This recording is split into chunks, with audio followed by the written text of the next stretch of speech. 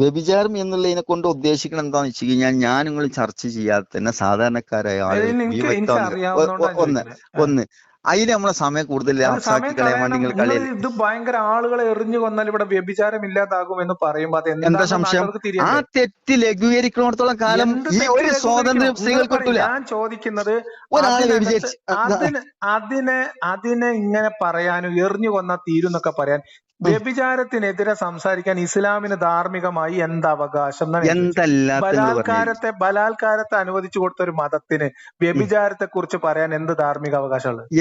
എവിടെ വെച്ചിട്ട് അനുവദിച്ചു കൊടുത്തു നിങ്ങൾ പറഞ്ഞു? നിങ്ങൾ പറയും എവിടെ? നിങ്ങൾ വ്യഭിചാരത്തിന്റെ ഒന്ന് റൂള് പറഞ്ഞേ. എന്താ ഇസ്ലാമിലെ വ്യഭിചാരം? അവിടുന്ന് കഴിഞ്ഞ പ്രാവശ്യം പറഞ്ഞപ്പോ ആരിഫ് ഹുസൈൻ ഹദീസാണ്. നിങ്ങൾ ആരിഫ് ഹുസൈൻ മൈക്രോനെ കറങ്ങി പോലെ ഡയറക്റ്റ് ചോദ്യമാണ്.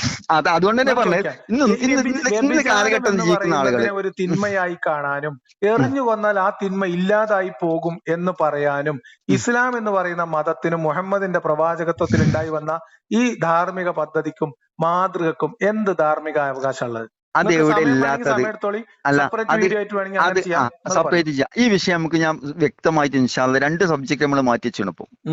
ഒന്ന് വ്യഭിചാരമായിട്ട് ബന്ധപ്പെട്ടത്, മറ്റൊന്ന് പിന്നെ കൈ വെട്ടിലേക്ക് ബന്ധപ്പെട്ടുകൊണ്ട്. ഇൻഷാല്ലാ നമുക്ക് 3 പാർട്ടായിട്ട് എടുക്കാം, അല്ലെ 3-4 പാർട്ടായിട്ട് ഇൻഷാല്ലാ രാത്രിയായാലും ഡിസ്കസ് ചെയ്യാം ഇൻഷാല്ലാ. വലൈക്കും അസ്സലാം. എന്താ നിങ്ങളെ സമയത്തിന്റെ അവസ്ഥ? തിരക്കിലാണോ? എന്താ സ്ഥിതിഗതി? ഇന്നലെ അനുവദിച്ചിരുന്നല്ലോ സമയം, നമുക്കൊന്ന് ഈ സമയത്ത് മീറ്റ് ചെയ്യാന്നുള്ളതൊക്കെ. അവധിയാണല്ലോ ഇന്ന്. ക്രിസ്മസ് ആയതുകൊണ്ട് ഫ്രീ ആണെന്ന് കിട്ടൂലേ? മാഷാഅല്ലാ. പിന്നെ എന്താ ഫീൽഡ് സാധാരണ ചെയ്തുകൊണ്ടിരിക്കുന്നത്? ഞാൻ ബിസിനസ് ആണ്. വിഷയങ്ങളിലേക്ക് പോവാം നമുക്ക് നേരെ. ഓക്കെ, ഇൻഷാഅല്ലാ. പിന്നെ ഡീപ്പായിട്ട് പിന്നെ സംസാരിക്കും ഇൻഷാഅല്ലാ. അപ്പം വിഷയങ്ങളിലേക്ക് തന്നെ കയറങ്ങൾ പറഞ്ഞു പോയെ.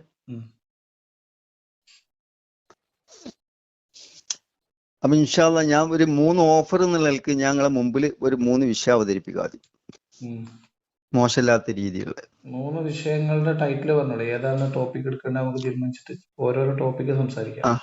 ഓക്കെ. ഒന്നെന്താ അവതരിപ്പിക്കുന്നത് വെച്ച് കഴിഞ്ഞാല്, ദീനിന്റെ നിയമങ്ങളില്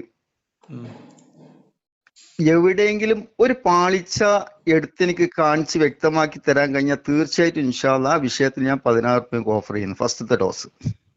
അതായത് ഇന്നലെ പറഞ്ഞത് അള്ളാഹിന്റെ നിയമങ്ങൾ, അള്ളാഹുവിന്റെ അറിവുകളിൽ നിന്നാണ്, ഖുർആനിൽ നിന്ന് വന്ന അറിവുകളിലാണ് പറഞ്ഞത്. ആകാശത്ത് വെച്ച് പാളി. അതല്ല, ഒറ്റ സെക്കൻഡ് ഞാൻ ഒന്ന് റെക്കോർഡ് ചെയ്യുന്നുണ്ട് ഇൻഷാല്ലാ. ഓക്കെ, ആയിക്കോട്ടെ, അത് കുഴപ്പമില്ല. അപ്പൊ ഇന്നലെ നിങ്ങൾ പറഞ്ഞത് അള്ളാഹു വഹീന്റെ അടിസ്ഥാനത്തിൽ വെളിവാക്കി തന്ന കാര്യങ്ങളിൽ, അറിവുകളിൽ, അള്ളാഹു നൽകിയ അറിവുകളിൽ പിഴവുണ്ടെങ്കിൽ എന്നാണ്. അപ്പൊ അത് നമ്മൾ ആകാശത്തേക്ക് അങ്ങനെ പാളി. അപ്പോ ഇപ്പൊ നിങ്ങൾ പറയണത് അള്ളാഹുവിന്റെ നിയമങ്ങളിൽ എന്തെങ്കിലും ഒരു പാളിച്ച ഉണ്ടെങ്കിൽ എന്നാണ് അല്ലേ? അല്ല, ഇത് തിരുത്തിയിട്ട് ഞാൻ ഒന്നും കൂടെ എക്സ്പ്ലെയിൻ ചെയ്യാം. ഒന്ന്, ഖുർആനിലുള്ളത് എടുക്കാൻ പറഞ്ഞത് എടുക്കാൻ പറ്റും എന്നുള്ളതല്ലാതെ ഖുർആനിലുള്ളത് മുഴുവൻ മനുഷ്യന് ഫോളോ അപ്പ് ചെയ്യാൻ കഴിയൂല. അതിൽ റിസാലത്തുമായിട്ട് ബന്ധപ്പെട്ട അറിവുകൾ കിടക്കുന്നുണ്ട്, വിലായത്തുമായിട്ട് ബന്ധപ്പെട്ട അറിവുകളും കിടക്കുന്നുണ്ട്. ഉദാഹരണമാണ് ഞാൻ പറയാം, കേൾക്കണോ? ഖുർആനിലെ എല്ലാ അറിവും നമുക്ക് പിൻപറ്റാൻ പറ്റൂല, നമുക്ക് ബാധകല്ല. റിസാലത്ത് കേൾക്കുന്നുണ്ട്, മനുഷ്യന്മാർക്ക് ബാധകല്ല, മുഹമ്മദ് നബിക്ക് മാത്രമായിട്ടുള്ള അറിവുകൾ അതിനകത്ത് ഉണ്ടാവും. അല്ല, റിസാലത്ത് എന്ന് പറഞ്ഞ അമ്പിയാക്കളും അമ്പിയ മുർസലീങ്ങളും ഭൂമി ലോകത്തേക്ക് യാത്ര അയക്കുന്നുണ്ട് അല്ലാഹു തആല. അമ്പിയാക്കളുടെ അപ്പൊ ബന്ധപ്പെട്ട കാര്യങ്ങൾ, അവരുടെ അറിവുകൾ നമുക്ക് ബാധകല്ല. നബിമാരുമായിട്ട് ബന്ധപ്പെട്ടെന്ന് പറയാൻ പറ്റില്ല. അപ്പൊ അല്ല, റിസാലത്ത് പിൻപറ്റുന്ന അവസ്ഥ, വിലായത്ത് പിൻപറ്റുന്ന അവസ്ഥ അമ്പിയാക്കളുടെ ഉത്തരവാദിത്തമല്ല, അമ്പിയ മുർസലീങ്ങൾക്ക് അല്ലാഹു തആല നൽകുന്നത്. അതായത് നമുക്ക് ചുരുക്കി ഇങ്ങനെ പറയാം, എല്ലാ കാര്യങ്ങളും, ഖുർആനിലുള്ള എല്ലാ കാര്യങ്ങളും എല്ലാ മനുഷ്യർക്കും എല്ലാ കാലത്തേക്കുമുള്ള അറിവിന്റെ ഇൻഫർമേഷൻ പിൻപറ്റാൻ കഴിയുന്ന കാര്യമല്ല. പിൻപറ്റാൻ പറ്റാത്ത അറിവുണ്ടെങ്കിൽ പക്ഷെ അത് ഫോളോ അപ്പ് ചെയ്യാൻ പറ്റൂല. അത് വേണേ ഉദാഹരണം പറയാം. എല്ലാവർക്കും ഫോളോ ചെയ്യാൻ പറ്റുന്ന, എല്ലാ കാലത്തുള്ള എല്ലാ മനുഷ്യർക്കും ഒരുപോലെ ബാധകമാകുന്ന അറിവുകളും നിയമങ്ങളും മാത്രമല്ല ഖുർആനിലുള്ളത്. പറഞ്ഞത് ശരിയല്ലേ? ഒന്നുകൂടെ റിപ്പീറ്റ് ചെയ്താ നിങ്ങൾ. എല്ലാ മനുഷ്യർക്കും എല്ലാ കാലത്തേക്കും ഉം. ഒരുപോലെ പിൻപറ്റാവുന്ന അറിവുകളും നിയമങ്ങളും മാത്രമല്ല ഖുർആനിലുള്ളത് എന്നർത്ഥം. ഉം, ഉം, ഉം, ഉം, ഉം. ആ അല്ലെ? രീതിയിൽ ആ ഡെഫിനിഷൻ ആ രീതി വേണമെങ്കിൽ വിലയിരുത്താം. ശരി. ഉം. ഇനി വേണമെങ്കിൽ ഞാൻ ഉദാഹരണം പറയാം. ഞാൻ ഒരു ഉദാഹരണം പറയാം. തിരിച്ചറിയാം ഏതൊക്കെ അപ്പൊ ആ വിഷയങ്ങളിലുള്ളതാണ് എല്ലാ മനുഷ്യർക്കും ബാധകമാവുന്നത്? ഓക്കെ, അത് അവതരിപ്പിക്കാം. ഒന്ന്, വിലായത്തുമായിട്ട് ബന്ധപ്പെടുത്തിയതിന്റെ പേരിലാണ് ഖിളിർ നബി അലൈഹി സ്വലാത്തു വസ്സലാം കുട്ടിനെ കൊല്ലുക എന്നുള്ളത്. അത് നബി തങ്ങളെ ശരീഅത്തുമായിട്ട് ബന്ധപ്പെട്ട വിഷയം, മൂസാ നബി അലൈഹി സ്വലാത്തു വസ്സലാം ശരീഅത്തുമായിട്ട് ബന്ധപ്പെട്ട വിഷയമല്ല. അത് ഇൽമാണ്, പിൻപറ്റാൻ പറ്റൂല. ഓക്കെ, ഞാൻ അതിന്റെ മുന്നോടിയായിട്ട് ഞങ്ങൾ ഉണർത്തുന്നത്. അതിന്റെ യുക്തി നമുക്ക് ചോദ്യം ചെയ്യാലോ? തീർച്ചയായിട്ടും. ശരി. ഓക്കെ, ഞാൻ ഇതിന്റെ മുന്നോടിയായിട്ട്, നിങ്ങൾ ഇത്ര വലിയ വിമർശകനാണെങ്കിലും യഥാർത്ഥത്തിൽ നിങ്ങൾ സത്യാന്വേഷിയാണെന്നുള്ളത് വ്യക്തമായിട്ടുള്ള കാഴ്ചപ്പാട് എന്റെ ഉള്ളിലുണ്ട്. സത്യം അന്വേഷിക്കല്ല, സത്യം നമ്മൾ അറിയുന്ന സത്യങ്ങൾക്ക് അനുസരിച്ച് മുന്നോട്ട് പോകുന്നതാണ്. അതേ കരസ്ഥമാക്കാം. ഞാൻ പ്രത്യേകിച്ചും പിന്നെ നിങ്ങളുടെ അടുത്തുള്ള ക്വാളിറ്റി വിലയിരുത്തിക്കൊണ്ടാണ് ഞാൻ നിങ്ങളായിട്ട് ഡിസ്കസ് ചെയ്യുന്നത്. കതിര് തൂങ്ങിക്കൊള്ളും. അങ്ങനത്തെ പിന്നെന്താ പറയാ, നമ്മളെ വ്യക്തിപരമായ ക്വാളിറ്റി അളക്കലോ അല്ലെങ്കിൽ നമ്മളൊരു വിഷയത്തിലാണ് സംസാരിക്കുന്നത്. ആ രീതിയിലുള്ള വ്യക്തിപരമായിട്ടുള്ള നിങ്ങളുടെ ക്വാളിറ്റി ആ സഭയിൽ വെച്ചിട്ട് ആ സമൂഹം ഉണർത്തിയതിനെ കുറിച്ചിട്ട് നിങ്ങൾക്ക് എന്താ അഭിപ്രായം പറയാനുണ്ട്? അവിടെ വെച്ചിട്ട് പറഞ്ഞില്ലേ? ലേഖർ സാഹിബിനെ സംബന്ധിച്ചിടത്തോളം ചില ഗുണങ്ങള് ആ വേദിയിൽ കോഴിക്കോട് സവാളിൽ വെച്ചിട്ട് പിന്നെ ആ ഹാളിൽ വെച്ച് നിങ്ങൾ ശ്രദ്ധിച്ചില്ല? ഞാൻ പറഞ്ഞില്ല, അന്ന് ഞങ്ങൾ പുറത്തായിരുന്നു. അന്ന് കേസറ്റ് എടുത്ത് നിങ്ങൾ കേട്ട് നോക്കി ഇൻഷാല്ലാ. അപ്പൊ അത് വിടുക. അപ്പൊ നമ്മൾ പറഞ്ഞോന്ന് വെച്ച് കഴിഞ്ഞാല് അപ്പൊ ഒന്ന് ഓക്കെ, അതില് പ്രധാനപ്പെട്ട ഒരു വിഷയമാണ് ഞങ്ങളെ മുമ്പിൽ സമർപ്പിക്കുന്നത്. ഒന്ന്, ഏതെങ്കിലും അള്ളാഹുവിന്റെ ഒരു നിയമത്തില് ഒന്നില് പോരായ്മ കാണിച്ചെന്ന ഒരു ഓഫർ. രണ്ടാമത്തെ വിഷയം, ഒരു 10 ക്വസ്റ്റ്യൻ ഞങ്ങളെ മുമ്പിലിട്ട ഒരു 8 ഇൻഷാ അല്ലാഹ് നിങ്ങൾ ഇന്ന് വേണ്ട, ഇനിയിപ്പോ നാളെ നെറ്റിലെങ്കിലും സെർച്ച് ചെയ്തെടുത്തുകൊണ്ട്, കാരണം ഉയർത്തപ്പെട്ടു പോകുന്ന ഇൽമ് നെറ്റ് തെരഞ്ഞാൽ കിട്ടൂല. ഞാൻ പറഞ്ഞ നാളേക്ക് ഈ 10 എണ്ണത്തിന് വലിയ കൂടിയ ഇതിലേക്ക് പോയെന്താ അറിയോ, അത് നിങ്ങൾക്ക് നമ്മൾ ഏറ്റവും ഉയരത്തിലേക്ക് പൊങ്ങിയാൽ വീഴുമ്പോ ആക്കം തോന്നില്ല. നമ്മൾ ഓരോരോ കാര്യങ്ങൾ പോവാം. അപ്പം ഇന്ന് നമുക്ക് അള്ളാഹു മനുഷ്യർക്ക് ബാധകമാകുന്നതായി അവതരിപ്പിക്കപ്പെട്ട നിയമങ്ങളിൽ എന്തെങ്കിലും പോരായ്മ കണ്ടെത്തിയാൽ, അങ്ങനെ നമുക്ക് പറയാലോ അല്ലെ? അള്ളാഹു മനുഷ്യർക്കായി അവതരിപ്പിക്കപ്പെട്ട നിയമങ്ങൾ, അതിൽ ഓരോന്നിലും വലിയ വലിയ ഫിലോസഫികൾ, തത്വങ്ങൾ അടങ്ങി കിടക്കുന്നുണ്ടോ? ഓരോന്നിലും തത്വജ്ഞാനങ്ങൾ അടങ്ങിയതല്ലാത്ത മനുഷ്യൻ അറിയുന്ന കാര്യങ്ങൾ അള്ളാഹുത്തല അറിയിച്ചു തരൂല. അറിയാത്ത കാര്യങ്ങളാണ് അള്ളാഹുത്തല അറിയിച്ചു തരാ. അതിൽ റിസർച്ച് ചെയ്ത് കണ്ടെത്താനേ പറ്റുള്ളൂ. എനിക്ക് മനസ്സിലാവും, നിങ്ങൾ പറഞ്ഞ നിങ്ങൾക്ക് മനസ്സിലായാൽ മതി. അതെ, തീർച്ചയായിട്ടും. ഞാനത് കുറച്ചൊക്കെ കണ്ണിങ്ങുള്ള ആളങ്ങൾ എന്നുള്ള ആൾക്ക് തന്നെയാണ് നിങ്ങളോട് സംസാരിക്കുന്നത്. നോർമലായിട്ട് ഒരു അറിവ് പകർന്നു കൊടുക്കുക എന്നുള്ളത് അള്ളാന്റെ ഭാഗത്തുനിന്ന് അള്ളാഹുവിന്റെ അറിവുകൾ എന്ന് പറഞ്ഞാൽ എന്താ പ്രശ്നം എന്നറിയോ? നിങ്ങൾ ഈ പറയണതിലൊക്കെ വലിയ പ്രശ്നങ്ങളുണ്ട്. ഒന്ന്, ഖുർആനിന്റെ മാർഗദർശനം എന്ന് പറയുന്നത് എല്ലാ മനുഷ്യർക്കും ബാധകമാകുന്ന ഉത്തമമായ മാതൃകാ പദ്ധതിയാണ്, ജീവിത പദ്ധതിയാണ്, തീർച്ചയായിട്ടും അല്ലെ? അതിൽ അള്ളാഹുവിന് മാത്രം ബാധകമാകുന്നതും അള്ളാഹുവിന് മാത്രം അറിയാവുന്നതും ഡയറക്റ്റ് വഹീന്റെ അടിസ്ഥാനത്തിൽ കമ്മ്യൂണിക്കേഷൻ ഉണ്ടായിരുന്ന അംബിയാ മുർസലുകളുമായി ബന്ധപ്പെട്ട അറിവുകളും, അല്ലെങ്കിൽ അവർക്ക് മാത്രം ബാധകമാകാവുന്ന അറിവുകളും അത് ഉൾപ്പെടുത്തുന്നത് തന്നെ യുക്തിയില്ലായ്മയാണ്. കാരണം അള്ളാഹുവിന്റെ അറിവുകൾ അംബിയാ മുർസലുകളുമായി അല്ലെങ്കിൽ റിസാലത്തുമായി ബന്ധപ്പെട്ട അറിവുകൾ, വിഷയങ്ങൾ അതത് പ്രവാചകന്മാരുടെ ജീവിതകാലത്ത് അവരുമായി ബന്ധപ്പെട്ട കാര്യങ്ങളാണ്.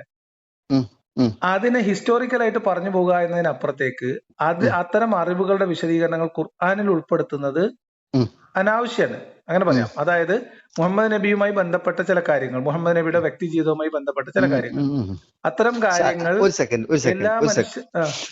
അതായത് മനുഷ്യന്റെ ഗുണപാഠത്തിന് വേണ്ടിയിട്ട് അറിവുകൾ അല്ലാഹു തആല സ്പ്രെഡ് ചെയ്യുന്നുണ്ട്. ഒരു ഉദാഹരണം ഞങ്ങളോട് പറഞ്ഞുതരാം. അതായത് ബഹുമാനപ്പെട്ട മൂസാ നബി അലൈഹി സ്വലാത്തു വസ്സലാം നമ്മൾ എടുത്തു വന്നിട്ട് സ്ത്രീകളെല്ലാം കൂടെ ഒരുമിച്ച് കൂടിയിട്ട് ഒരു അപേക്ഷ കൊടുക്കുന്നുണ്ട്. പൊന്നാര തങ്ങളെ, ഈ പ്രസവേദന ഞങ്ങളെ കൊണ്ട് എന്താക്കാൻ കഴിയുന്നില്ല, സഹിക്കാൻ കഴിയുന്നില്ല. അതുകൊണ്ട് നിങ്ങൾ അള്ളാഹുവിന്റെ പ്രവാചകനല്ലേ, ഒന്ന് ഇടപെട്ട് അതിനൊരു തീരുമാനം ഉണ്ടാക്കി തരണം. ബഹുമാനപ്പെട്ട മൂസാ നബി അലൈഹി സ്വലാത്തു വസ്സലാം അറിവനുസരിച്ച് ആ തന്ന അപേക്ഷയിൽ ഒരു ഹൈറ് കാണുന്നുണ്ട്. അതിന്റെ പേര് അള്ളാഹുവിലേക്ക് ഡയറക്ഷൻ കൊടുക്കുന്നുണ്ട്. എന്നിട്ട് അത് അള്ളാഹുത്തല പഠിപ്പിച്ചു കൊടുത്തതിന്റെ പേരിൽ സ്ത്രീകള് ഒന്നടങ്കം ആ വേദന അനിവാര്യമാണ് എന്ന് ഉൾക്കൊണ്ട് അതൊരു അറിവാണ്. നമുക്ക് ഇങ്ങനത്തെ പിന്നെ ബാലരമ മോഡൽ സാങ്കല്പിക കഥകളിൽ നമുക്ക് ഈ സാധനങ്ങള് അറിവുകളിൽ മുന്നോട്ട് പോകാൻ പറ്റില്ല. ഒന്ന്, ഇബ്രാഹിം, മൂസ, ഈസ, ഇദ്രീസ്, നൂഹ്, ലൂത്ത് എന്നൊക്കെ പറഞ്ഞിട്ടുള്ള കഥകൾ എന്ന് പറയുന്നത് ബിബ്ലിക്കൽ ആയിട്ടുള്ള കുറെ കഥാപാത്രങ്ങളെ പ്രവാചകത്വം കൽപ്പിച്ച് മുഹമ്മദ് നബി വിശദീകരിച്ചിട്ടുള്ള കുറെ സംഭവങ്ങളാണ്. അപ്പൊ ഇത് അള്ളാഹുവിന്റെ ദീൻ എന്ന് പറയുന്ന ഈ ആദം നബി മുതൽ ഇങ്ങോട്ട് എല്ലാ മനുഷ്യരും മുസ്ലിങ്ങളായിരുന്നു. അവർ അള്ളാഹു എന്ന ദൈവത്തിന്റെ, ഇസ്ലാം എന്ന് പറയുന്ന മതത്തിന്റെ വക്താക്കളായിരുന്നു എന്ന് പറയുന്ന യാതൊരു അടിസ്ഥാനമോ തെളിവോ ഇല്ലാത്ത മുഹമ്മദ് നബിയുടെ കേവലമായ ക്ലെയിമാണ്. ആ ക്ലെയിം സ്ഥാപിക്കാൻ വേണ്ടി അദ്ദേഹം പറഞ്ഞ കുറെ സാങ്കല്പിക കഥകളല്ല ഖുർആനുമായി മുന്നിലിരിക്കുന്ന 2024 നമ്മൾ സംസാരിക്കേണ്ടതെന്നാണ് എന്റെ ധാരണ. നിങ്ങൾ പറഞ്ഞു വന്ന വിഷയത്തിലേക്ക് നേരിട്ട് വരികയാണെങ്കിൽ, ഇപ്പം അള്ളാഹു മനുഷ്യന്മാർക്ക്, ഞാൻ പറഞ്ഞു വന്ന കാര്യത്തിലുള്ളൂ, റിസാലത്തുമായി ബന്ധപ്പെട്ട കാര്യങ്ങൾ ശരിയാണ്, ഗുണപാഠവുമായി ബന്ധപ്പെട്ടോ അതല്ലെങ്കിൽ ഏതെങ്കിലും ഒരു ചരിത്ര സംഭവം നമ്മൾ ഓർമ്മിപ്പിക്കാനോ ഒക്കെ പ്രവാചകന്മാരുമായി ബന്ധപ്പെട്ട കഥകൾ പറയുന്നതിൽ തെറ്റില്ല. പക്ഷെ മതനിയമമായിട്ട് നമ്മൾ പറയുന്ന പല നിയമങ്ങളും, ഒരു ഉദാഹരണം ഞാൻ പറയാം. ഒരാളൊരു മനുഷ്യനെ കൊന്നാൽ എല്ലാ മനുഷ്യരെയും കൊന്നതിന് തുല്യമാണ് എന്ന ഖുർആൻ വചനം, അത് ഏത് പ്രവാചകന്റെ കാലത്ത് ഏത് ചരിത്ര സംഭവത്തെ ഉദ്ധരിച്ചിട്ടാണ് നമ്മൾ പറയാറുള്ളത്? അതെങ്ങനെയാണ് നമുക്ക് എല്ലാവർക്കും ബാധകമാകുന്ന ഇൽമായിട്ട്, പ്രതിരോധ ആയത്തായിട്ട് നിങ്ങൾ എടുക്കാറുള്ളത്? അത് മൂസാ നബിയുടെ കാലത്ത്, ഇബ്രാഹിം നബിയുടെ കാലത്തുള്ളതല്ലേ? മൂസാ നബിയുടെ കാലത്ത് എന്റെ ഓർമ്മ. അപ്പോ ഈ പറയുന്ന ഇതൊക്കെ വിട്ടിട്ട് ഞാൻ പറയണത് മനുഷ്യർക്ക് ബാധകമാകുന്നതും അല്ലാത്തതുമായിട്ടുള്ള അറിവുകൾ നിങ്ങൾ ഒന്ന് പറഞ്ഞു. റിസാലത്തുമായി ബന്ധപ്പെട്ട്, വിലായത്തുമായി ബന്ധപ്പെട്ട് ഉള്ള അറിവുകൾ അത് ഖുറാനിൽ എല്ലാവർക്കും എടുക്കാൻ പറ്റില്ല, എല്ലാവർക്കും ബാധകമാവില്ല എന്ന് പറഞ്ഞു. ഓക്കെ, അതേപോലെ റിസാലത്തും ഉദാഹരണം പറഞ്ഞോ? അല്ല, അത് കുഴപ്പമില്ല, വേറെ ഉദാഹരണം പറഞ്ഞോ? അതിനുള്ള ഉദാഹരണങ്ങൾ ഹിളർ നബീന്റെ കേസ് പറഞ്ഞു, ആ കുട്ടീനെ കൊന്ന വിഷയം പറഞ്ഞു. പക്ഷെ യുക്തിപരമായിട്ടുള്ള ചോദ്യത്തിന് മറുപടി പറയേണ്ട ബാധ്യത നിങ്ങൾക്ക് ഉണ്ടാവും.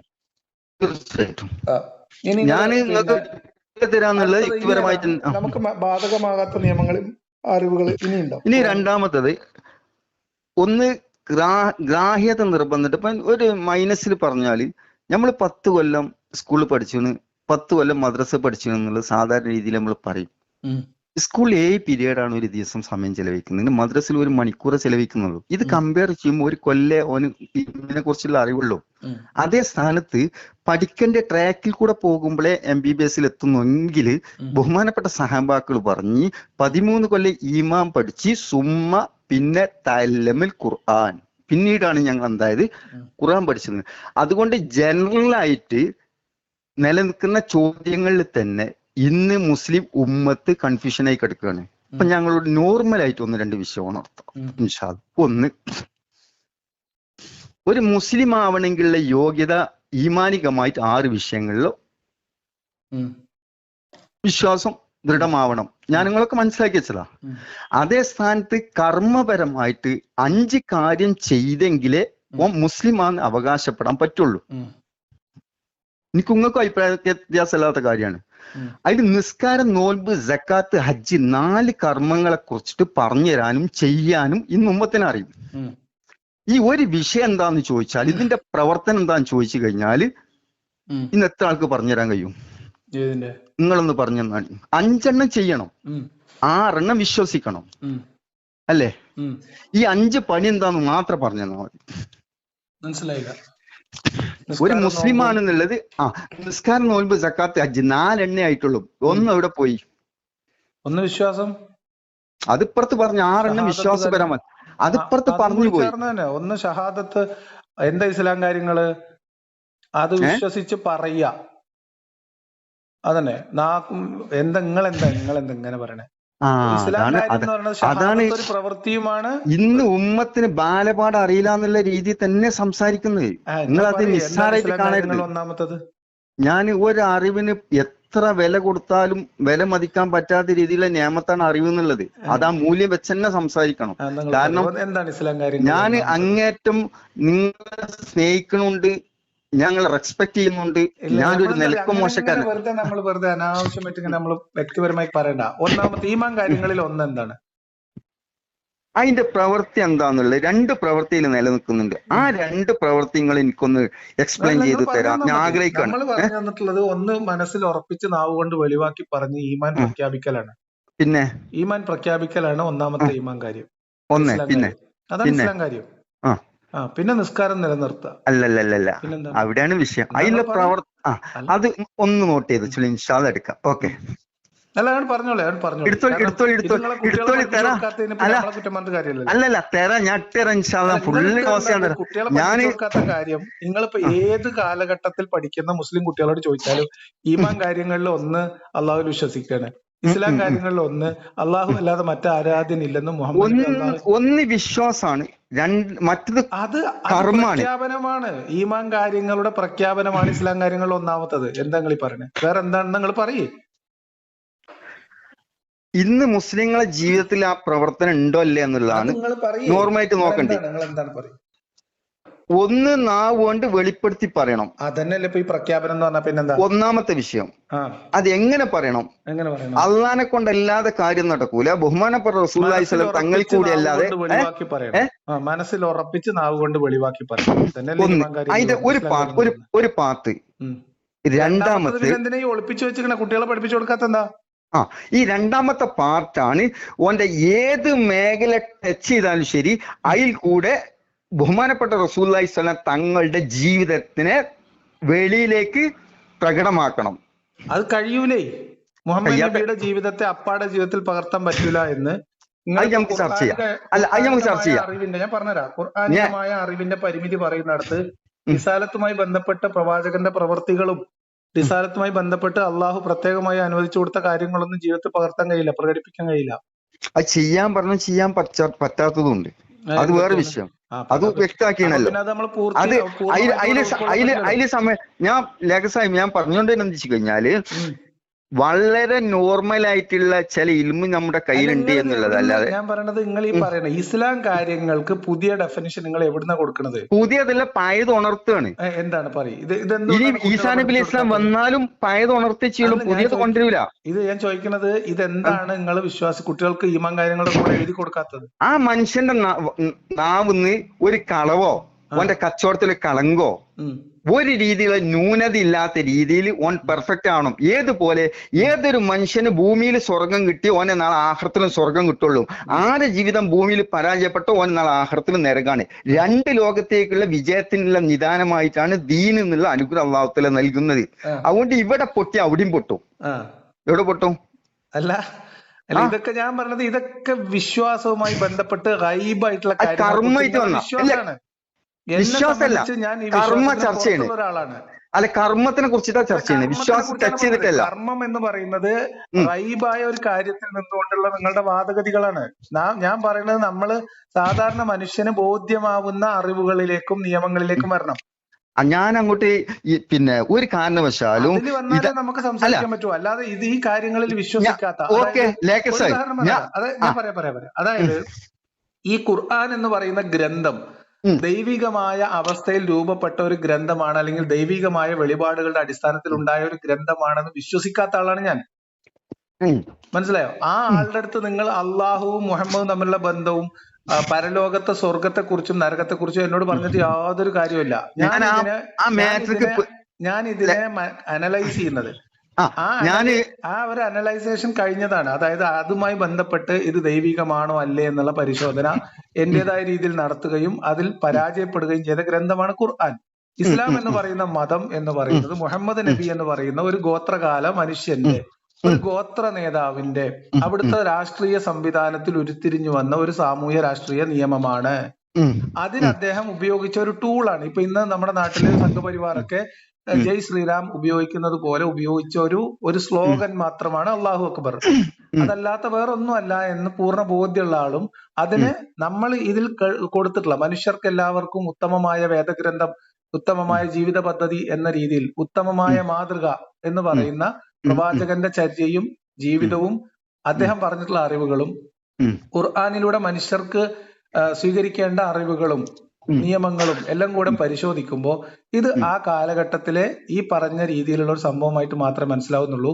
ഇത് ഈ കാലഘട്ടത്തിലെ മനുഷ്യർക്ക് സ്വീകരിക്കാവുന്നതോ അനുവർത്തിക്കാവുന്നതോ ആയിട്ടുള്ള ജീവിത മാർഗമോ ആശയമോ വിശ്വാസധാരയോ മാനവികമായ ദർശനമോ ഒന്നും അല്ല എന്ന പൂർണ്ണ ബോധ്യത്തിലുള്ള ഒരാളെ കുറിച്ച് നിങ്ങൾ നിസ്കരിക്കുകയും മുഹമ്മദ് നബീനെ അതേപോലെ പിൻപറ്റിയാൽ മാത്രമേ ഈമാൻ ഇസ്ലാം കാര്യം ഒന്ന് പൂർത്തിയാവൂ എന്ന് പറയുന്നത് എന്നെ സംബന്ധിച്ച് ഇൻവാലിഡ് ആയിട്ടുള്ള ഒരു പോയിന്റ് ആണ്.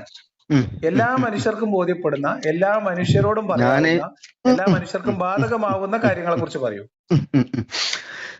ഞാൻ ആമുഖമായിട്ട് കഴിഞ്ഞ പ്രാവശ്യം നടത്തി. ഇന്ന് ഈ ലോകത്ത് ഏറ്റവും കൂടുതൽ ബുദ്ധിജീവികൾ ജീവിച്ചുകൊണ്ടിരിക്കുന്ന കാലഘട്ടമാണ്. പക്ഷെ അവരുടെ അറിവില്ലായ്മയെ ചൂഷണം ചെയ്യാൻ മാത്രമേ ചില പ്രവർത്തനങ്ങൾ കൂടെ നടക്കുന്നുള്ളൂ. അവരിൽ കിട്ടേണ്ട നോർമലായിട്ടുള്ള അറിവ് സ്പ്രെഡ് ചെയ്യുക എന്നുള്ളതാണ് ഞാൻ നിങ്ങളായിട്ട് ചർച്ച ചെയ്യുന്നതിൽ കൂടെ ഉദ്ദേശിക്കുന്നത്. നിങ്ങൾ ഉദ്ദേശിക്കുന്ന അറിവ് എന്ന് പറയുന്നത് എറ്റേണൽ ആയിട്ടുള്ള അല്ലെങ്കിൽ ദൈവികമായി പകർന്നു കിട്ടിയിട്ടുള്ള അറിവുകളാണ് അതിന്റെ ഏറ്റവും പ്രധാനപ്പെട്ട ഉറവിടമായിട്ട് നിങ്ങൾ പറയുന്നത്. ആ അറിവ് എന്ന് പറയുന്ന ഈ ഉറവിടം തന്നെ നമ്മൾ സംശയത്തിൽ നിർത്തുമ്പോ പിന്നെ നിങ്ങൾ അതിൽ നിന്ന് വന്ന അറിവിനെ കുറിച്ച് എങ്ങനെ വിശദീകരിക്കും? അതുകൊണ്ടാണ് ഞാൻ അഡ്വാൻസ് ആയിട്ട് നിങ്ങളോട് പറയുന്നത്. ദീനിന്റെ നിയമങ്ങളിൽ ഇപ്പൊ ചെറിയൊരു എക്സാമ്പിൾ പറയാം. ഇപ്പം കൂടുന്നത് ദീനിന്റെ നിയമങ്ങളിൽ ചെറിയ എക്സാമ്പിൾ പറയാം.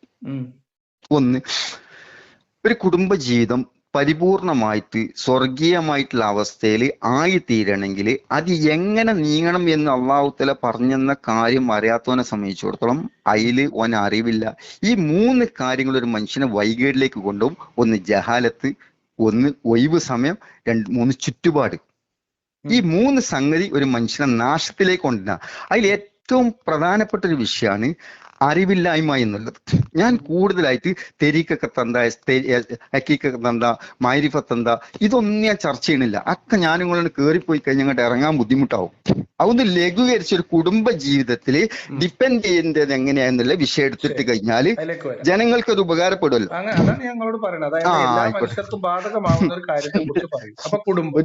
ഒരു 2 മുറുക്ക് വെള്ളം കുടിച്ചിട്ടോ.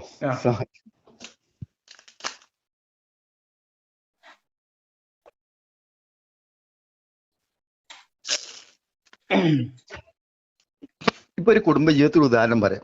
നമ്മൾ കുടുംബജീവിതത്തിലേക്ക് പോകുന്നത് കുടുംബജീവിതം ഉണ്ടായി വരുന്ന ഘട്ടം മുതൽ അങ്ങോട്ട് പറയാം. ഇന്ന് സമൂഹം മുഴുവൻ സൈക്കോളജിസ്റ്റിനെ ഡിപ്പെൻഡ് ചെയ്യേണ്ട വിഷയം അറിവില്ലാത്തോണ്ടാ. ഞാൻ പറയുന്നത് കുടുംബജീവിതം എന്ന് പറയുന്ന വിഷയം, ആ വിഷയത്തിലേക്ക് നമ്മൾ കടക്കുമ്പോ എന്താണ് ഇസ്ലാമികമായിട്ട് കുടുംബം എന്ന് ഡിഫൈൻ ചെയ്യാം നമുക്ക് ആദ്യം.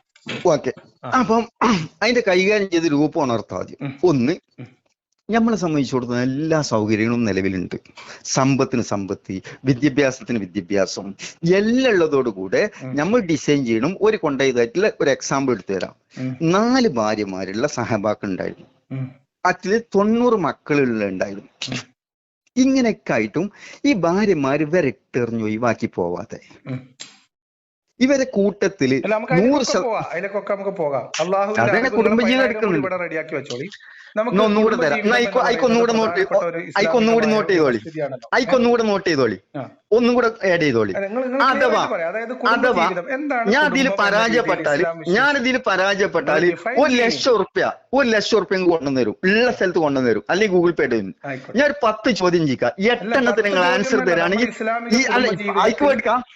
ഇസ്ലാമിക കുടുംബജീവിതവുമായി ബന്ധപ്പെട്ട് അള്ളാഹു നിയമമാക്കിയിട്ടുള്ളത് അബദ്ധമാണ് എന്ന് പ്രൂവ് ചെയ്താൽ പോരെ? അങ്ങനെ പ്രൂവ് ചെയ്താൽ മതി. ഞാൻ പറയുന്നത് നിങ്ങൾ കട്ട് ചെയ്താൽ മതി. കുടുംബജീവിതം നമുക്ക് ആദ്യം ഡിഫൈൻ ചെയ്യാം. അള്ളാഹുവിന്റെ നിയമം അനുസരിച്ച് എന്താണ് ഒരു കുടുംബം? ഞാൻ ഡിസൈൻ ചെയ്താൽ പോരെ? ആർജിക്കുന്ന അറിവനുസരിച്ച് എന്താണ് ഒരു കുടുംബം? ഈ 2 ഞാൻ ഡിസൈൻ ചെയ്യണം, നിങ്ങൾ ഡിസൈൻ ചെയ്യണം. ഞാൻ ഡിസൈൻ ചെയ്യണം, നിങ്ങൾ ഡിസൈൻ ചെയ്യണം. രണ്ടുപേരും ഡിഫൈൻ ചെയ്യണം. എന്താണ് നമ്മള് ഒരു കുടുംബം? ഞാൻ തുടങ്ങാം. എന്താണ് ഇസ്ലാമിലെ കുടുംബം? ഓക്കെ. അപ്പം പിന്നെ ഞാൻ നേരത്തെ പറഞ്ഞല്ലോ, കുടുംബ ജീവിതത്തിൽ സ്വർഗമല്ല, ആഹൃത്തില് നരകാണ്. ഇവിടെ സ്വർഗമെങ്കിൽ അതാ സംസാരിക്കണേ. അപ്പൊ 2 സംഗതിയിൽ കേറ്റിട്ടോ. ഒന്ന്, 1,00,000 ഉറുപ്പ്യ എനിക്ക് ഓഫർ ചെയ്ത്, ഒരു ഭാഗത്ത് 16 ഉറുപ്പ്യ ഓഫർ ചെയ്ത്, ഒരു 10 ചോദ്യം ചോദിക്കുന്ന 8 എണ്ണത്തിന് ആൻസർ തരാണ് 25,000 ഉറുപ്പ്യ എനിക്ക് തരും. ഇതാണ് അറിവ് എന്ന് പറഞ്ഞ സാധനം. അതുകൊണ്ടാണ് അങ്ങനെ തന്നെ ചോദിക്കുന്നത്. അത് നമുക്ക് അടുത്ത വിഷയത്തിലിടാം. ഇനി കുടുംബജീവിതത്തിലേക്ക് കയറാം. ഇൻഷാ അല്ലാഹ് നിങ്ങൾക്ക് കൂടുതൽ സംസാരിച്ച് ടൈം ഉപയോഗിച്ച് ശീലിച്ചിട്ട് ഇതുണ്ടാവും. പക്ഷെ എന്നെ സംബന്ധിച്ചിടത്തോളം ഞാൻ പറ്റണ ഒന്ന് പണിക്ക് ബ്രേക്ക് നിൽക്കാറുള്ളൂ, ഒന്ന് അതാണ് എന്റെ ബ്രേക്ക് കാര്യം. ഇടേണ്ടി ഉണ്ട്.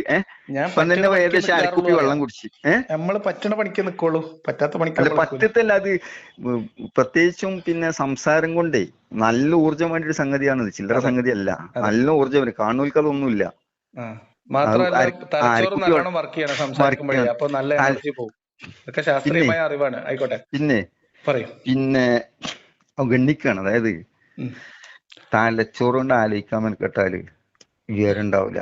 ഉം. സംഗതി ഹൃദയം കൊണ്ട് തന്നെ ആലോചിക്കണോ, അത് ശരി. തലച്ചോറ് കൊണ്ട് ആലോചിക്കണോ, അത് നമുക്ക് പിന്നെ എടുക്കാം. ആ ടോപ്പിക് നമുക്ക് പിന്നെ എടുക്കാം. ഹൃദയം അത് ഞാൻ തലച്ചോറ് വ്യക്തമാക്കി നമുക്ക് തരാം. പിന്നെ അവിടെ കട്ടെ, പിന്നെ അവിടെ എടുക്കാം. കട്ടെ, വെന്റിങ്ങിൽ അവിടെ കട്ടെ, ബോധ്യപ്പെടുത്തി തരാം. കാരണം അള്ള പറഞ്ഞാണല്ലോ ഞാൻ ഹൃദയം കൊടുത്തണോ ചിന്തിക്കണില്ല എന്നില്ലേ. അത് പിന്നെ എടുക്കാം. അവിടെ കട്ടെ, അവിടെ കട്ടെ. അള്ളാഹ്ക്ക് ഇപ്പൊ കുടുംബത്തേക്കാണ് പോരാ. മാറിപ്പോയതായിരിക്കും, അല്ലെങ്കിൽ നിങ്ങൾ നമുക്ക് ഖുർആൻ പറയാം വ്യാഖ്യാനങ്ങൾക്ക് മാറിപ്പോയതായിരിക്കും. ആയിക്കോട്ടെ, നമുക്ക് തിരുത്താം ആ ഇൻഷാ അള്ളാ. ആ പിന്നെ അപ്പൊ കുടുംബ ജീവിതത്തില് ആ 4 ഭാര്യമാരെ അല്ലല്ല, ഞാൻ ഒരു ചോദിക്കുന്നത് എന്താണ് ഒരു കുടുംബം? അതും പറഞ്ഞാലല്ലേ നമുക്ക് കുടുംബജീവിതത്തിലേക്ക് എങ്ങനെ കടക്കും, അങ്ങനെയല്ലേ ഇത് കുടുംബ ചെയ്യാൻ കുടു- പറ്റുള്ളൂ.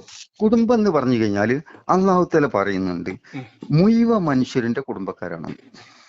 നമ്മൾ കുടുംബം എന്ന് പറയുന്നത് ഉം, ഉം, ദാമ്പത്യ ജീവിതത്തെ കുറിച്ചാണല്ലോ പറയുന്നത്. കുടുംബം അതാണല്ലോ, ദാമ്പത്യമാണല്ലോ ഒരു കുടുംബ ജീവിതത്തിന്റെ അടിത്തറ, കല്യാണം ഉം, അല്ലേ? ഉം. കുടുംബം എന്ന് പറഞ്ഞു കഴിഞ്ഞാല് ഉം.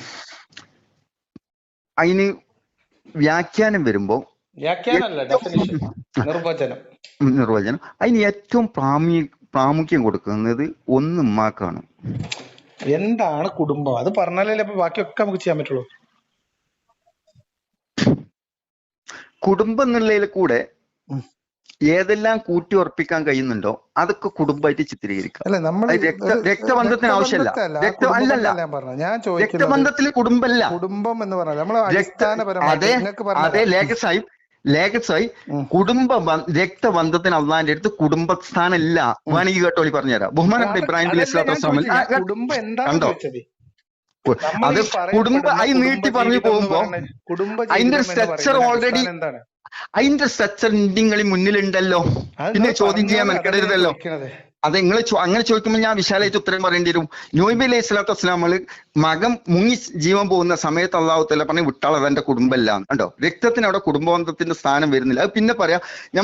നമ്മളെ മുമ്പിലെ പിക്ചർ ഉണ്ടല്ലോ കുടുംബം എന്താന്നുള്ളത്. അതെന്താണ് അത് ഇങ്ങോട്ട് പറയാം, അതല്ലേ ചോദിക്കുന്നത്. അതിന് നിങ്ങൾ വീണ്ടും ഒരു ആവർത്തനം ചോദിക്കില്ല. പറഞ്ഞിട്ടില്ല, ഇതുവരെ പറഞ്ഞിട്ടില്ല. കുടുംബം എന്ന് പറഞ്ഞു കഴിഞ്ഞാൽ എന്താന്നുള്ളത് ഒരു മിനിറ്റ് ശ്രദ്ധിക്കാം കേട്ടോ. അതിന്റെ ഇടയിൽ അടിക്കരുത്. ഒരു അമുസ്ലിം സലാം പറഞ്ഞു കഴിഞ്ഞാൽ മടക്കി പറയാനേ പാടില്ല എന്നുള്ളതാണ് ഒരു കാഴ്ചപ്പാട്. അതേ സ്ഥാനത്ത് ഞാനൊരാളോട് അങ്ങോട്ട് എന്താക്കാൻ പാടില്ല, അമുസ്ലിം ആണെന്നുള്ള അറിയുന്ന സാഹചര്യത്തിൽ ഒരു കാരണവശാലും സലാം പറയാൻ പാടില്ല. പറഞ്ഞിട്ട് കാര്യമില്ല. അത് മാങ്ങക്ക് പറഞ്ഞുതരാം ഒക്കെ വിശദീകരിച്ച ഒരു മാങ്ങക്ക് ബലൂണോണ്ട് അറിഞ്ഞിട്ട് കാര്യമല്ല, കല്ലെടുത്ത് എറിഞ്ഞോളി എന്നാ പറയുന്നത്. അപ്പം ആ സലാം കൊണ്ട് പ്രയോജനം ഇല്ലാത്തതുകൊണ്ടാണ് അള്ളാഹു തആല പറഞ്ഞത്. ഇവിടെയാണ് അള്ളാഹു തആല ഒരു അമുസ്ലിമാര് മനുഷ്യൻ അഥവാ നിങ്ങളോട് സലാം പറഞ്ഞു കഴിഞ്ഞാൽ നിങ്ങൾ മടക്കി അങ്ങോട്ട് എന്താ പറയേണ്ടത് എന്നുള്ളത് അറിവുള്ള ഒരു വ്യക്തിക്ക് അള്ളാന്റെ കാരുണ്യം എന്താന്നുള്ളത് മനസ്സിലാവുള്ളൂ. അള്ളാന്റെ കാരുണ്യം മനസ്സിലാവണമെങ്കിൽ ആകെ എന്ത് മനസ്സിലായാൽ മതി അറിയോ, ഒരു അമുസ്ലിമാര് മനുഷ്യൻ ഇങ്ങോട്ട് സലാം പറഞ്ഞു കഴിഞ്ഞാൽ അങ്ങോട്ട് കൊടുക്കേണ്ട റിപ്പീറ്റ് ചെയ്യേണ്ട വിഷയം എന്താന്നുള്ളത് എന്റെ ലേഖർ സാഹിബ് ഒന്ന് പറഞ്ഞാണ്. മനസ്സിലായില്ല. ഒരു അമുസ്ലിമാര് മനുഷ്യൻ പറയാം ഇല്ല, അതാണ് വിഷയം. ഇതാണ് സാധനം. അങ്ങനെയാണ് നമ്മളൊക്കെ പഠിപ്പിച്ചു തന്നിട്ടുള്ളത്. അത് തെറ്റാണ്. അതാ പറയുന്നത്. അവിടെ തെറ്റ് പഠിച്ചതിനോട് കാര്യമില്ലല്ലോ, തിരുത്തണല്ലോ. അറിവുശാലയിൽ പോയിട്ട് ഒരാള് മുഹമ്മദ് ജൂതൻ സലാം പറഞ്ഞപ്പോ മുഹമ്മദ് നബി തിരിച്ചു പറഞ്ഞത് വഅലൈക്കും എന്നാണ്. അതല്ല, അല്ല അങ്ങനെയല്ല, ഞാൻ പറഞ്ഞുതരാം. ആയിഷ റളിയല്ലാഹു അൻഹ ഒപ്പം നിൽക്കുന്ന സമയത്ത് അങ്ങോട്ട് കേറുന്നില്ല, അങ്ങോട്ട് തന്നെ വരി, അങ്ങോട്ട് കേറുന്നില്ല. ഞാൻ രക്തചുരുക്കം പറഞ്ഞത് അങ്ങനെ ഹദീസില്ലേ? ബഹുമാനപ്പെട്ട റസൂലുള്ളാഹി തങ്ങളോട് സലാം പറഞ്ഞ സമയത്ത് അത് അവിടെ ആയിഷ റളിയല്ലാഹു റിപ്ലൈ കൊടുക്കുന്നുണ്ട്, ഞാൻ അങ്ങോട്ട് തന്നെ കൊണ്ടുവരാണ്, നിങ്ങൾ അവിടെ കട്ടെ, നമ്മൾ പറഞ്ഞ വിഷയത്തേക്ക് പോവാ. അതിലാണ് കേറി പോണില്ല, കട്ട് ചെയ്ത് പോവാ. മറ്റെന്താ അറിയോ, അങ്ങോട്ട് കേറി പോയി പോക്കയില്ല. അങ്ങോട്ട് നിങ്ങൾ വേറെ വഴിക്ക് പോവാണ്. ഞാൻ നിങ്ങളോട് ആകെ ചോദിച്ചത് ഇസ്ലാമികമായ നിയമം അനുസരിച്ച് എന്താണ് ഒരു കുടുംബം. ഒരു തേക്കിന്റെ ചുള്ളി വെട്ടി കൊടുക്കുന്നത് ആ വണ്ണത്തിന് നല്ല രീതിയിൽ പോകാൻ വേണ്ടിട്ടാ. ഞാൻ അതിൽ കയറ്റി കൊണ്ടുവരാന്ന് വെച്ച് കഴിഞ്ഞാല് ഞാൻ അങ്ങനെ തന്നെയാണ്. ഞാൻ പിൻ പോയിന്റ് ചെയ്ത ഒരു ചില്ലയും വളരാൻ അനുവദിക്കാതെ എന്റെ ഡയലോഗുകൾ കൊണ്ടുപോകുന്ന ആളാണ്. നമ്മൾ വിചാരിച്ച സ്ഥലത്ത് തന്നെ പോണം. അപ്പൊ ഇവിടെ പറഞ്ഞുകൊണ്ടെന്ന് വെച്ച് കഴിഞ്ഞാൽ ഇബ്രാഹിം നബി അലൈഹി സ്വലാത്തു വസ്സലാമുള്ള വിഷയത്തില് അള്ളാഹു തആല പറഞ്ഞു ഇജ്ജ് ദുആ ചെയ്തിട്ട് കാര്യമില്ല, ദുആ ചെയ്യേണ്ടെന്ന്. ആരെ കാര്യത്തിലാ പറയുന്നത്? മകന്റെ കാര്യത്തിലാ പറയണം എന്ന് വെച്ചോളി. ആ സമയത്ത് ഒരു അമുസ്ലിമായ ഒരു മനുഷ്യൻ വന്നിട്ട് അസ്സലാമു അലൈക്കും എന്ന് പറഞ്ഞു കഴിഞ്ഞാല് മറുപടി ഇന്നത് കൊടുക്കണം എന്നുള്ളത് പഠിച്ചോൻ പറഞ്ഞു വെച്ചോനെ. ആ മറുപടി എന്താന്നുള്ളത് അറിയുന്ന ഒരാൾക്ക് അള്ളാന്റെ കാരുണ്യം എന്താണെന്ന് നിങ്ങൾ മനസ്സിലാവുള്ളൂ. നിങ്ങളൊന്ന് പറഞ്ഞു കേക്കട്ടെ. അല്ലെ ചർച്ച ചെയ്തോണ്ടിരിക്കണ വിഷയേ അതന്നെ. അതിന് മറുപടി ആയിട്ട് അള്ളാഹു തആല ഉണർന്ന സംഗതി എന്താ അറിയോ? അതിലും നേട്ടുള്ളൊരു റിപ്ലൈ ആണ് കൊടുക്കാൻ പറഞ്ഞത്. വഅലൈക്കും ഹിദായ, വഅലൈക്കും ഹിദായ. അള്ളാഹു തആല താങ്കൾക്ക് നേരെ ഡയറക്ഷൻ കൊടുത്തോളാം അള്ളാഹിലേക്ക്. ഈ സലാമിനെ എങ്ങാണ് എത്ര 10 മടങ്ങ് പവറുള്ള ദുആണ് ചെയ്യാൻ വേണ്ടി പറഞ്ഞത്. എന്നിട്ട് അല്ല പറയാണ് മുഴുവൻ മനുഷ്യരും എന്റെ കുടുംബക്കാരാണ്. ആര് പറയാണ്? ഒരു അമുസ്ലിം ആയാലും ശരി, ജൂതനായാലും ശരി, യഹൂദിയായാലും ശരി, നസ്രാക്കളായാലും ശരി, മജൂസികളായാലും. ഇസ്ലാമിൽ എന്താണ് കുടുംബം എന്ന് പറയാം? എത്ര നേരായി ഞാൻ വരാം. ഓക്കെ. അപ്പൊ ഒരു കുടുംബ ജീവിതത്തില് ഈ 4 ഭാര്യമാരും തെറ്റിപ്പോവാതെ അങ്ങനെയൊന്നും പോണ്ട. നമ്മള് 6-ാം നൂറ്റാണ്ടിൽ പോട്ടെ, 6-ാം നൂറ്റാണ്ടിൽ പോട്ടെ, അങ്ങോട്ട് പോട്ടെ, അവിടുന്ന് കിട്ടണ്ടേ. അതായത് കുടുംബം എന്ന് പറഞ്ഞാൽ എന്താണ്? ഞാൻ ഇന്റെ നിയമത്താവുന്ന ദീന് ഞാൻ നിങ്ങൾക്ക് പൂർത്തീകരിച്ച് തന്നു അള്ളാഹു തആല പറയുന്നുണ്ടെങ്കിൽ അതിലൊരു പോരായ്മ ഉണ്ടെങ്കിൽ ഞാൻ പറഞ്ഞു നിങ്ങൾ പറയണ മാതിരി കേൾക്കുന്നത്. അത് ഒപ്പിയെടുത്ത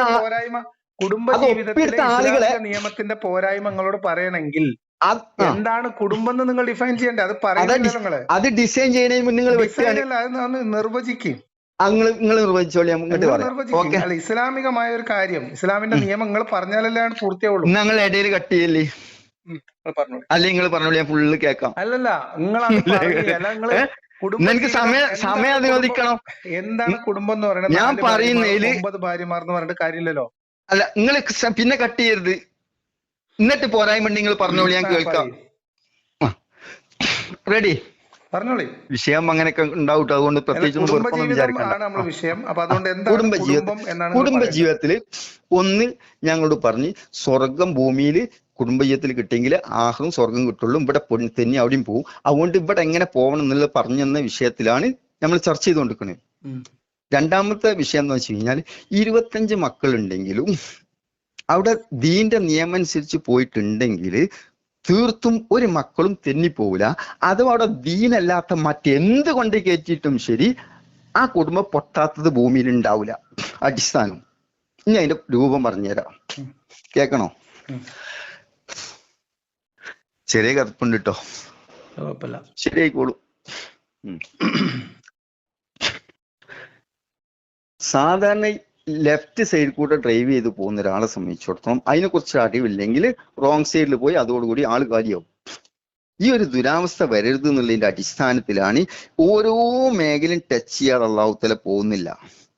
അതുകൊണ്ട് ഞാൻ ഇന്നലെ അങ്ങോട്ട് ആവർത്തിച്ച് ചോദിച്ച് 3 മക്കളെ പെൺകുട്ടികളെ കെട്ടിച്ചു വിട്ടാല് നിങ്ങൾ എന്താണ് ചെയ്യുന്നത്? ചെറുക്കുട്ടില് തെരക്കൂട്ടി നിങ്ങൾ പറഞ്ഞോളൂ. അതാ പറയണേ നിങ്ങൾ തെറ്റിദ്ധരിക്കണ്ട. എന്താണ് ഒരു കുടുംബം?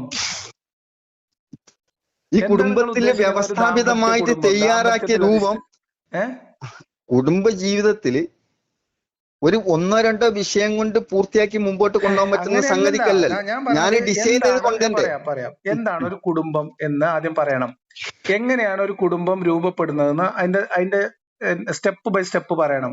മനസ്സിലായി? എങ്ങനെയാണ് 2 വ്യക്തികൾ ഒരു കുടുംബ ജീവിതത്തിലേക്ക് എൻ്റർ ചെയ്യുന്നതെന്ന് പറയണം. ആ കുടുംബ ജീവിതവുമായി ബന്ധപ്പെട്ട് ഈ 2 വ്യക്തികളുടെ നിലവാരം, അവരുടെ അവകാശങ്ങൾ, അവരുടെ ബാധ്യതകൾ എന്താണെന്ന് ഡിഫൈൻ ചെയ്യണം, അല്ലേ? അങ്ങനെയല്ലേ നമുക്കിത് കുടുംബ ജീവിതത്തിൽ അതുമായി ബന്ധപ്പെട്ട് അങ്ങനെ അവർ ജീവിക്കുമ്പോൾ ആ ജീവിതവുമായി ബന്ധപ്പെട്ടുള്ള നിയമങ്ങളിൽ ഇസ്ലാമികമായ നിയമങ്ങൾ, ഖുർആനികമായ നിയമങ്ങൾ തെറ്റാണോ ശരിയാണോ അബദ്ധമാണോ നമുക്ക് പരിശോധിക്കാൻ പറ്റുള്ളൂ. അതിനേക്കാൾ മികച്ചതുണ്ടോ ഇല്ലേ എന്നുള്ളത്. ആ നിയമങ്ങളിലേക്കാണ് ഞാൻ എടുത്തിട്ടുകൊണ്ട് അതിന്റെ ഇടയിൽ കട്ടിങ് വരികയാണ്. അതിൽ കട്ടിങ് അല്ല, നിങ്ങൾ കുടുംബം എന്താന്ന് പറയുന്നില്ല. ഇസ്ലാമിക നിയമം അനുസരിച്ചിട്ട് എന്താണ് ഒരു കുടുംബ ജീവിതം, ഇസ്ലാമിന്റെ കാഴ്ചപ്പാട് അല്ലെങ്കിൽ ഖുർആൻ പഠിപ്പിച്ചതനുസരിച്ചിട്ട് എന്താണ് ഒരു കുടുംബം എന്ന് നിങ്ങൾ പറയുന്നില്ല. അത് ഞാൻ ഡിസൈൻ ചെയ്യുമ്പോൾ എനിക്ക് സമയം വേണ്ടില്ലെങ്കിൽ നിങ്ങൾ ഡിസൈൻ ചെയ്ത് സമയം വേണമെന്ന് പറഞ്ഞിട്ടാണ് ഞാൻ സമയം തന്നത്. നിങ്ങൾ പിന്നെ അതിന്റെ ഇടയിൽ പിന്നെ നിങ്ങളെ അടുത്തുള്ള ഒരു പ്രത്യേക കോണാണ് ക്ഷമ എന്നുള്ളത് നഷ്ടപ്പെടുത്തല്. ഇല്ല, നിങ്ങൾ പല മേഖലകളിലൂടെ പോയി, നിങ്ങൾ മാത്രം വരുന്നില്ല. നിങ്ങൾ പറയൂ ഞാൻ ഇനിയും സമയം തരും, ഞാൻ ഇനിയും വെയിറ്റ് ചെയ്യാണ്. സമയം തരല്ല, ഞാൻ വെയിറ്റ് ചെയ്യാണ്. ഇതെന്താ വ്യത്യാസം എന്ന് പറയുന്നത്? ഒന്ന്, ഒരു കുട്ടിനെ സംബന്ധിച്ചിടത്തോളം വായ തുറന്ന് തരുമ്പോൾ സ്വാഭാവികമായിട്ടും തിന്നാട്ട് കൊടുക്കാൻ കിട്ടുന്നവർക്ക് സുഖമാണ്, കുട്ടിക്കും സുഖമാണ്. ആ സ്ഥാനത്ത് തൊള്ള പൂട്ടിയ സ്പൂൺ ഉണ്ടെങ്കിൽ ഇട്ട് കൊടുക്കുക. എന്ന് പറഞ്ഞാൽ എന്തായി തീരും? ഇടുന്നവനും കുടുങ്ങും, തിന്നുന്നവനും കുടുങ്ങും. ഈ ഒരു അവസ്ഥയിൽ നമ്മളെ ചർച്ച പോകുമ്പോ കിട്ടേണ്ട സാധനം അങ്ങോട്ടും ഇങ്ങോട്ടും കിട്ടൂല. അതാണ് വിഷയം. അതുകൊണ്ടാണ് പാരന്റിങ്ങൾ അതിന് ഞാൻ 100% നിങ്ങൾക്ക് സ്വാതന്ത്ര്യം ഉണ്ട്. അപ്പൊ നിയമവ്യവസ്ഥയുമായിട്ട് ബന്ധപ്പെടുമ്പോൾ അതിലുള്ള അത്ഭുതം നിങ്ങൾക്ക് തുറന്ന് കാണിക്കാൻ വേണ്ടിയിട്ടാണ് ഞാൻ ആ വിഷയം എടുത്തിരുന്നത്. നിങ്ങൾ പറയുന്നത് സ്ത്രീകൾക്ക് സ്വാതന്ത്ര്യം ഇല്ലാന്ന്. നിങ്ങൾ വേറെ എവിടെ പോവാണ്? ആദ്യം ഇത് നമ്മളൊരു വിഷയത്തെ സംസാരിക്കുമ്പോ ആ വിഷയം എന്താണെന്ന് പറയണ്ടേ സുഹൃത്തെ? അതായത് നമ്മൾ കുടുംബ ജീവിതവുമായി ബന്ധപ്പെട്ട ഇസ്ലാമിക നിയമങ്ങളാണ് നമ്മൾ പരിശോധനയ്ക്ക് വിധേയമാക്കുന്നത്. ഇസ്ലാമില് ജീവിതമാണ് തുല്യത ഉണ്ടാവില്ല, നീതി പരിപൂർണ്ണമായിരിക്കും. ഞാൻ ഇതിനെക്കുറിച്ചൊന്നും നീതി, തുല്യത, സ്ത്രീ പുരുഷ സമത്വം ഇതിനെക്കുറിച്ചൊന്നും ഞാൻ പറഞ്ഞില്ല, നമ്മൾ സംസാരിച്ചിട്ടില്ല. ഞാൻ പറഞ്ഞത് കുടുംബം എന്ന് പറയുന്ന ഒരു സംവിധാനം, ഈ കുടുംബവുമായി ബന്ധപ്പെട്ട ഇസ്ലാമിക നിയമങ്ങൾ നമ്മൾ പരിശോധിക്കാൻ പോവാണ്. അതിന് മുന്നോടിയായിട്ട് നമ്മൾ രണ്ടുപേരും ചെയ്യേണ്ട കാര്യം എന്താണ് കുടുംബം എന്ന് ഡിഫൈൻ ചെയ്യണം. അതാണ് നിങ്ങളോട് പറഞ്ഞ ഇസ്ലാമികമായ നിയമങ്ങൾ നിങ്ങൾ വിശദീകരിക്കുമ്പോൾ അതിൽ ന്യൂനത ഉണ്ടോ ഇല്ലേ നമ്മൾ പരിശോധിക്കാൻ പോകുമ്പോ എന്താണ് കുടുംബം എന്ന് നിങ്ങൾ പറയുന്നേ ഇല്ല. അതിനെന്താ ബുദ്ധിമുട്ടുന്നത്? ശ്രദ്ധിക്കും ഞാൻ കിട്ടാം. പിന്നെ ഒന്നാമത് പിന്നെ ഒരു വിഷയം ഒരു ഭാഗത്തുനിന്ന് കൊണ്ടുപോകത്തിന് അവിടെ ബ്ലോക്ക് വരികയാണ്, വേറെ ഭാഗത്തുനിന്ന് കൊണ്ടുപോകുമ്പോൾ അവിടെയും ബ്ലോക്ക് വരികയാണ്. അടുത്ത തൊഴിൽ തരികയാണ് ഞാൻ. ഒരു കുടുംബ ജീവിതം സക്സസ് ആകുക എന്ന് പറഞ്ഞു കഴിഞ്ഞാൽ 100% സന്തോഷത്തോടും സ്നേഹത്തോടും കൂടിയിട്ട് അത് നഷ്ടപ്പെട്ട് കഴിഞ്ഞാലുള്ള വേദന അനുഭവിക്കുന്ന ഒരു അവസ്ഥയിൽ ആ കുടുംബമായി തീരെ ഒരു ശരീരത്തിലെ അവയവങ്ങളെ പോലെ ആവുക എന്നുള്ളതാണ് അതിന്റെ ഉദ്ദേശം. യാദൃശികമായിട്ട് നാവിനെ പോയിട്ട് പല്ലങ്ങട്ട് കടിച്ച് ഒരു കാരണവശാലും നാവ് കുറ്റപ്പെടുത്താൻ നിൽക്കൂല. മുമ്പ് അടി കൊണ്ടുപോകേണ്ടി തെറിച്ചു പോകേണ്ടിയ പല്ലായിരുന്നു. ഞാൻ ഇടപെട്ട് സംസാരിച്ചതിന്റെ മുകളിലാണ് ആ പല്ലവിടെ നിലനിൽക്കുന്നത്. പിന്നെ ആ പല്ലുകൊണ്ട് ഇങ്ങോട്ട് കടിക്കാൻ പാടുണ്ടായിരുന്നു, നാവ് കുറ്റപ്പെടുത്തൂല. ഇതുകൊണ്ടാണ് ബഹുമാനപ്പെട്ട റസൂലുള്ളാഹി തങ്ങൾ പറഞ്ഞത് ഒരു കാരണവശാലും കാല് പറയില്ല. നിങ്ങൾ മുകളിൽ എന്തെങ്കിലും കാണിച്ചു കൂട്ടുന്നതിന് എനിക്കിപ്പോ അതിന് ഒഴിവില്ല, ഞാൻ 2 കിലോമീറ്റർ നടന്നു വന്നിരിക്കുന്ന സമയമാണ്, ക്ഷീണത്തിലാണെന്ന് ഉണ്ടാവില്ല, കാല് പറയില്ല. ഈ ഒരു പ്രവണത ഒരു ലൈഫിൽ ഉണ്ടാവുക, ഇതിന് കുടുംബജീവിതം എന്ന് പറയുന്നത്. അതേപോലെ കയ്യിന് സൂചി വെക്കുകയാണ്. ഞാൻ പറഞ്ഞെന്തറിയോ, ഞങ്ങളോട് ഇന്നലെ മുതൽ ഫസ്റ്റ് സംഭാഷണം മുതൽ ഇന്ന് തുടങ്ങുമ്പോഴേ ഞാൻ പറഞ്ഞു നിങ്ങൾ പറയണത് എന്താ നിങ്ങൾക്ക് മനസ്സിലാവണം ആദ്യം. നല്ലോ മനസ്സിലായി. അപ്പൊ അതുകൊണ്ടാണ് ചോദിക്കുന്നത് എന്താണ് ഒരു കുടുംബം, ഇസ്ലാമിന്റെ കൺസെപ്റ്റ് അനുസരിച്ച് എന്താണ് കുടുംബം? 100% അവരുടെ ആവശ്യങ്ങൾ നിറവേറി പോണം, ഭദ്രത. എന്താണ് കുടുംബം? അത് കുടുംബത്തിൽ എന്തൊക്കെ വേണം എന്നുള്ളതിനെ കുറിച്ചല്ല നിങ്ങൾ പറഞ്ഞേ. കുടുംബത്തിൽ എന്തൊക്കെ വേണം, കുടുംബത്തിൽ കുടുംബത്തിലെ ആൾക്കാരുടെ ഉത്തരവാദിത്തം, അതൊക്കെ നമുക്ക് പറയാം. എന്താണ് കുടുംബം? ആ കൺസെപ്റ്റ് ഡിസൈൻ ചെയ്യാൻ വേണ്ടി നിങ്ങൾക്ക് കിട്ടുന്നു. എങ്ങനെ? അതിനനുസരിച്ച് എനിക്ക് സംസാരിച്ചാൽ മതിയല്ലോ. അല്ലല്ല, ഇസ്ലാം വിശദീകരിക്കേണ്ട. ഇസ്ലാമിലെ കുടുംബ ജീവിതവുമായി ബന്ധപ്പെട്ട നിയമങ്ങളാണല്ലോ ഏറ്റവും അടിസ്ഥാനമായിട്ട് നിങ്ങൾ പറയാൻ ഉദ്ദേശിച്ചത്. അപ്പൊ അതുകൊണ്ട് എന്താണ് ഇസ്ലാമിലെ കുടുംബ ജീവിതം എന്ന് നിങ്ങൾ എന്താണ് പറയാത്തത്? ആ നിയമത്തിനെ കുറിച്ചിട്ടാണ് ഞാൻ പറഞ്ഞു തുടങ്ങുന്നത്. എന്നാ വേഗം നിയമം എടുത്തിട്ട് തരാം, എളുപ്പമുണ്ടല്ലോ. ആദ്യം അത് എന്താ സംവിധാനം എന്താന്ന് അറിഞ്ഞാലല്ലേ ഞാനത് വേണ്ട പോലെ എക്സ്പ്ലെയിൻ ചെയ്യാൻ. കിട്ടുന്നവർക്ക് കിട്ടൂല, എനിക്കും കിട്ടൂല, നിങ്ങൾക്കും കിട്ടൂല, കിട്ടുന്നവർക്ക് കിട്ടൂല. അതുകൊണ്ടാണ് അങ്ങനെ അടിച്ചു. ഇസ്ലാമിലെ നിയമം അനുസരിച്ച് അതിൽ വലിയ യുക്തിയും ഫിലോസഫിയിൽ അടങ്ങിക്കിടക്കുന്നതിന്റെ മുകളിൽ അതനുസരിച്ച് ചെയ്തെങ്കിൽ തന്നെ സക്സസ് ആവുള്ളൂ എന്നാണ് ഒന്നാമത് ഞാൻ പറയാൻ പോണേ. അത് കുടുംബജീവിതം സക്സസ് ആവണമെങ്കിൽ എങ്ങനെ, എന്താന്നുള്ളതാണ്. എന്താണ് കുടുംബം? അത് നിങ്ങൾ എന്താ മനസ്സിൽ ഉദ്ദേശിച്ചാൽ അതിന് വേണ്ടിയിട്ട് സമയം ഇൻഷാ അല്ലാഹ് നിങ്ങൾ ഉപയോഗപ്പെടുത്തി. നിങ്ങൾ എന്താ മനസ്സിൽ പിന്നെ അനുസരിച്ച് പറഞ്ഞാൽ മതിയല്ലോ. ഓക്കെ. അപ്പൊ ഞങ്ങൾ മനസ്സിലാക്കുന്നത് ഇപ്പം സാധാരണഗതിയിൽ നമ്മൾ ഏതൊരു മനുഷ്യനും കുടുംബം എന്ന രീതിയിൽ മനസ്സിലാക്കുന്നത് ഒരു പുരുഷനും ഒരു സ്ത്രീയും ഒരുമിച്ച് ജീവിക്കാൻ വേണ്ടി തീരുമാനിക്കുന്നു. ഒരു സ്ത്രീയും ഒരു പുരുഷനും അവർ തമ്മിൽ ഒരുമിച്ച് ജീവിക്കാനും അവരുടെ ജീവിതം ഒരുമിച്ച് മുന്നോട്ട് കൊണ്ടുപോകാനും തീരുമാനിച്ച് പിന്നീട് ആ ഒരുമിച്ചുള്ള ജീവിതത്തിന്റെ ഭാഗമായി അതിൽ കുഞ്ഞുങ്ങൾ ജനിക്കുക, ആ കുഞ്ഞുങ്ങളുമായി ബന്ധപ്പെട്ട് ഇവർക്ക് രണ്ടുപേർക്ക് രക്തബന്ധം ഉണ്ടാവുക, ഈ ഒരു സംവിധാനത്തിനാണ് നമ്മൾ അടിസ്ഥാനപരമായിട്ടുള്ള ഒരു കുടുംബം എന്ന് പറയുന്നത്. എന്നാൽ ഇസ്ലാമിന്റെ വീക്ഷണത്തിൽ അവിടെ കൊണ്ട് കുടുംബം തുടങ്ങൂല, അവിടെ കൊണ്ട് അവസാനിക്കൂല.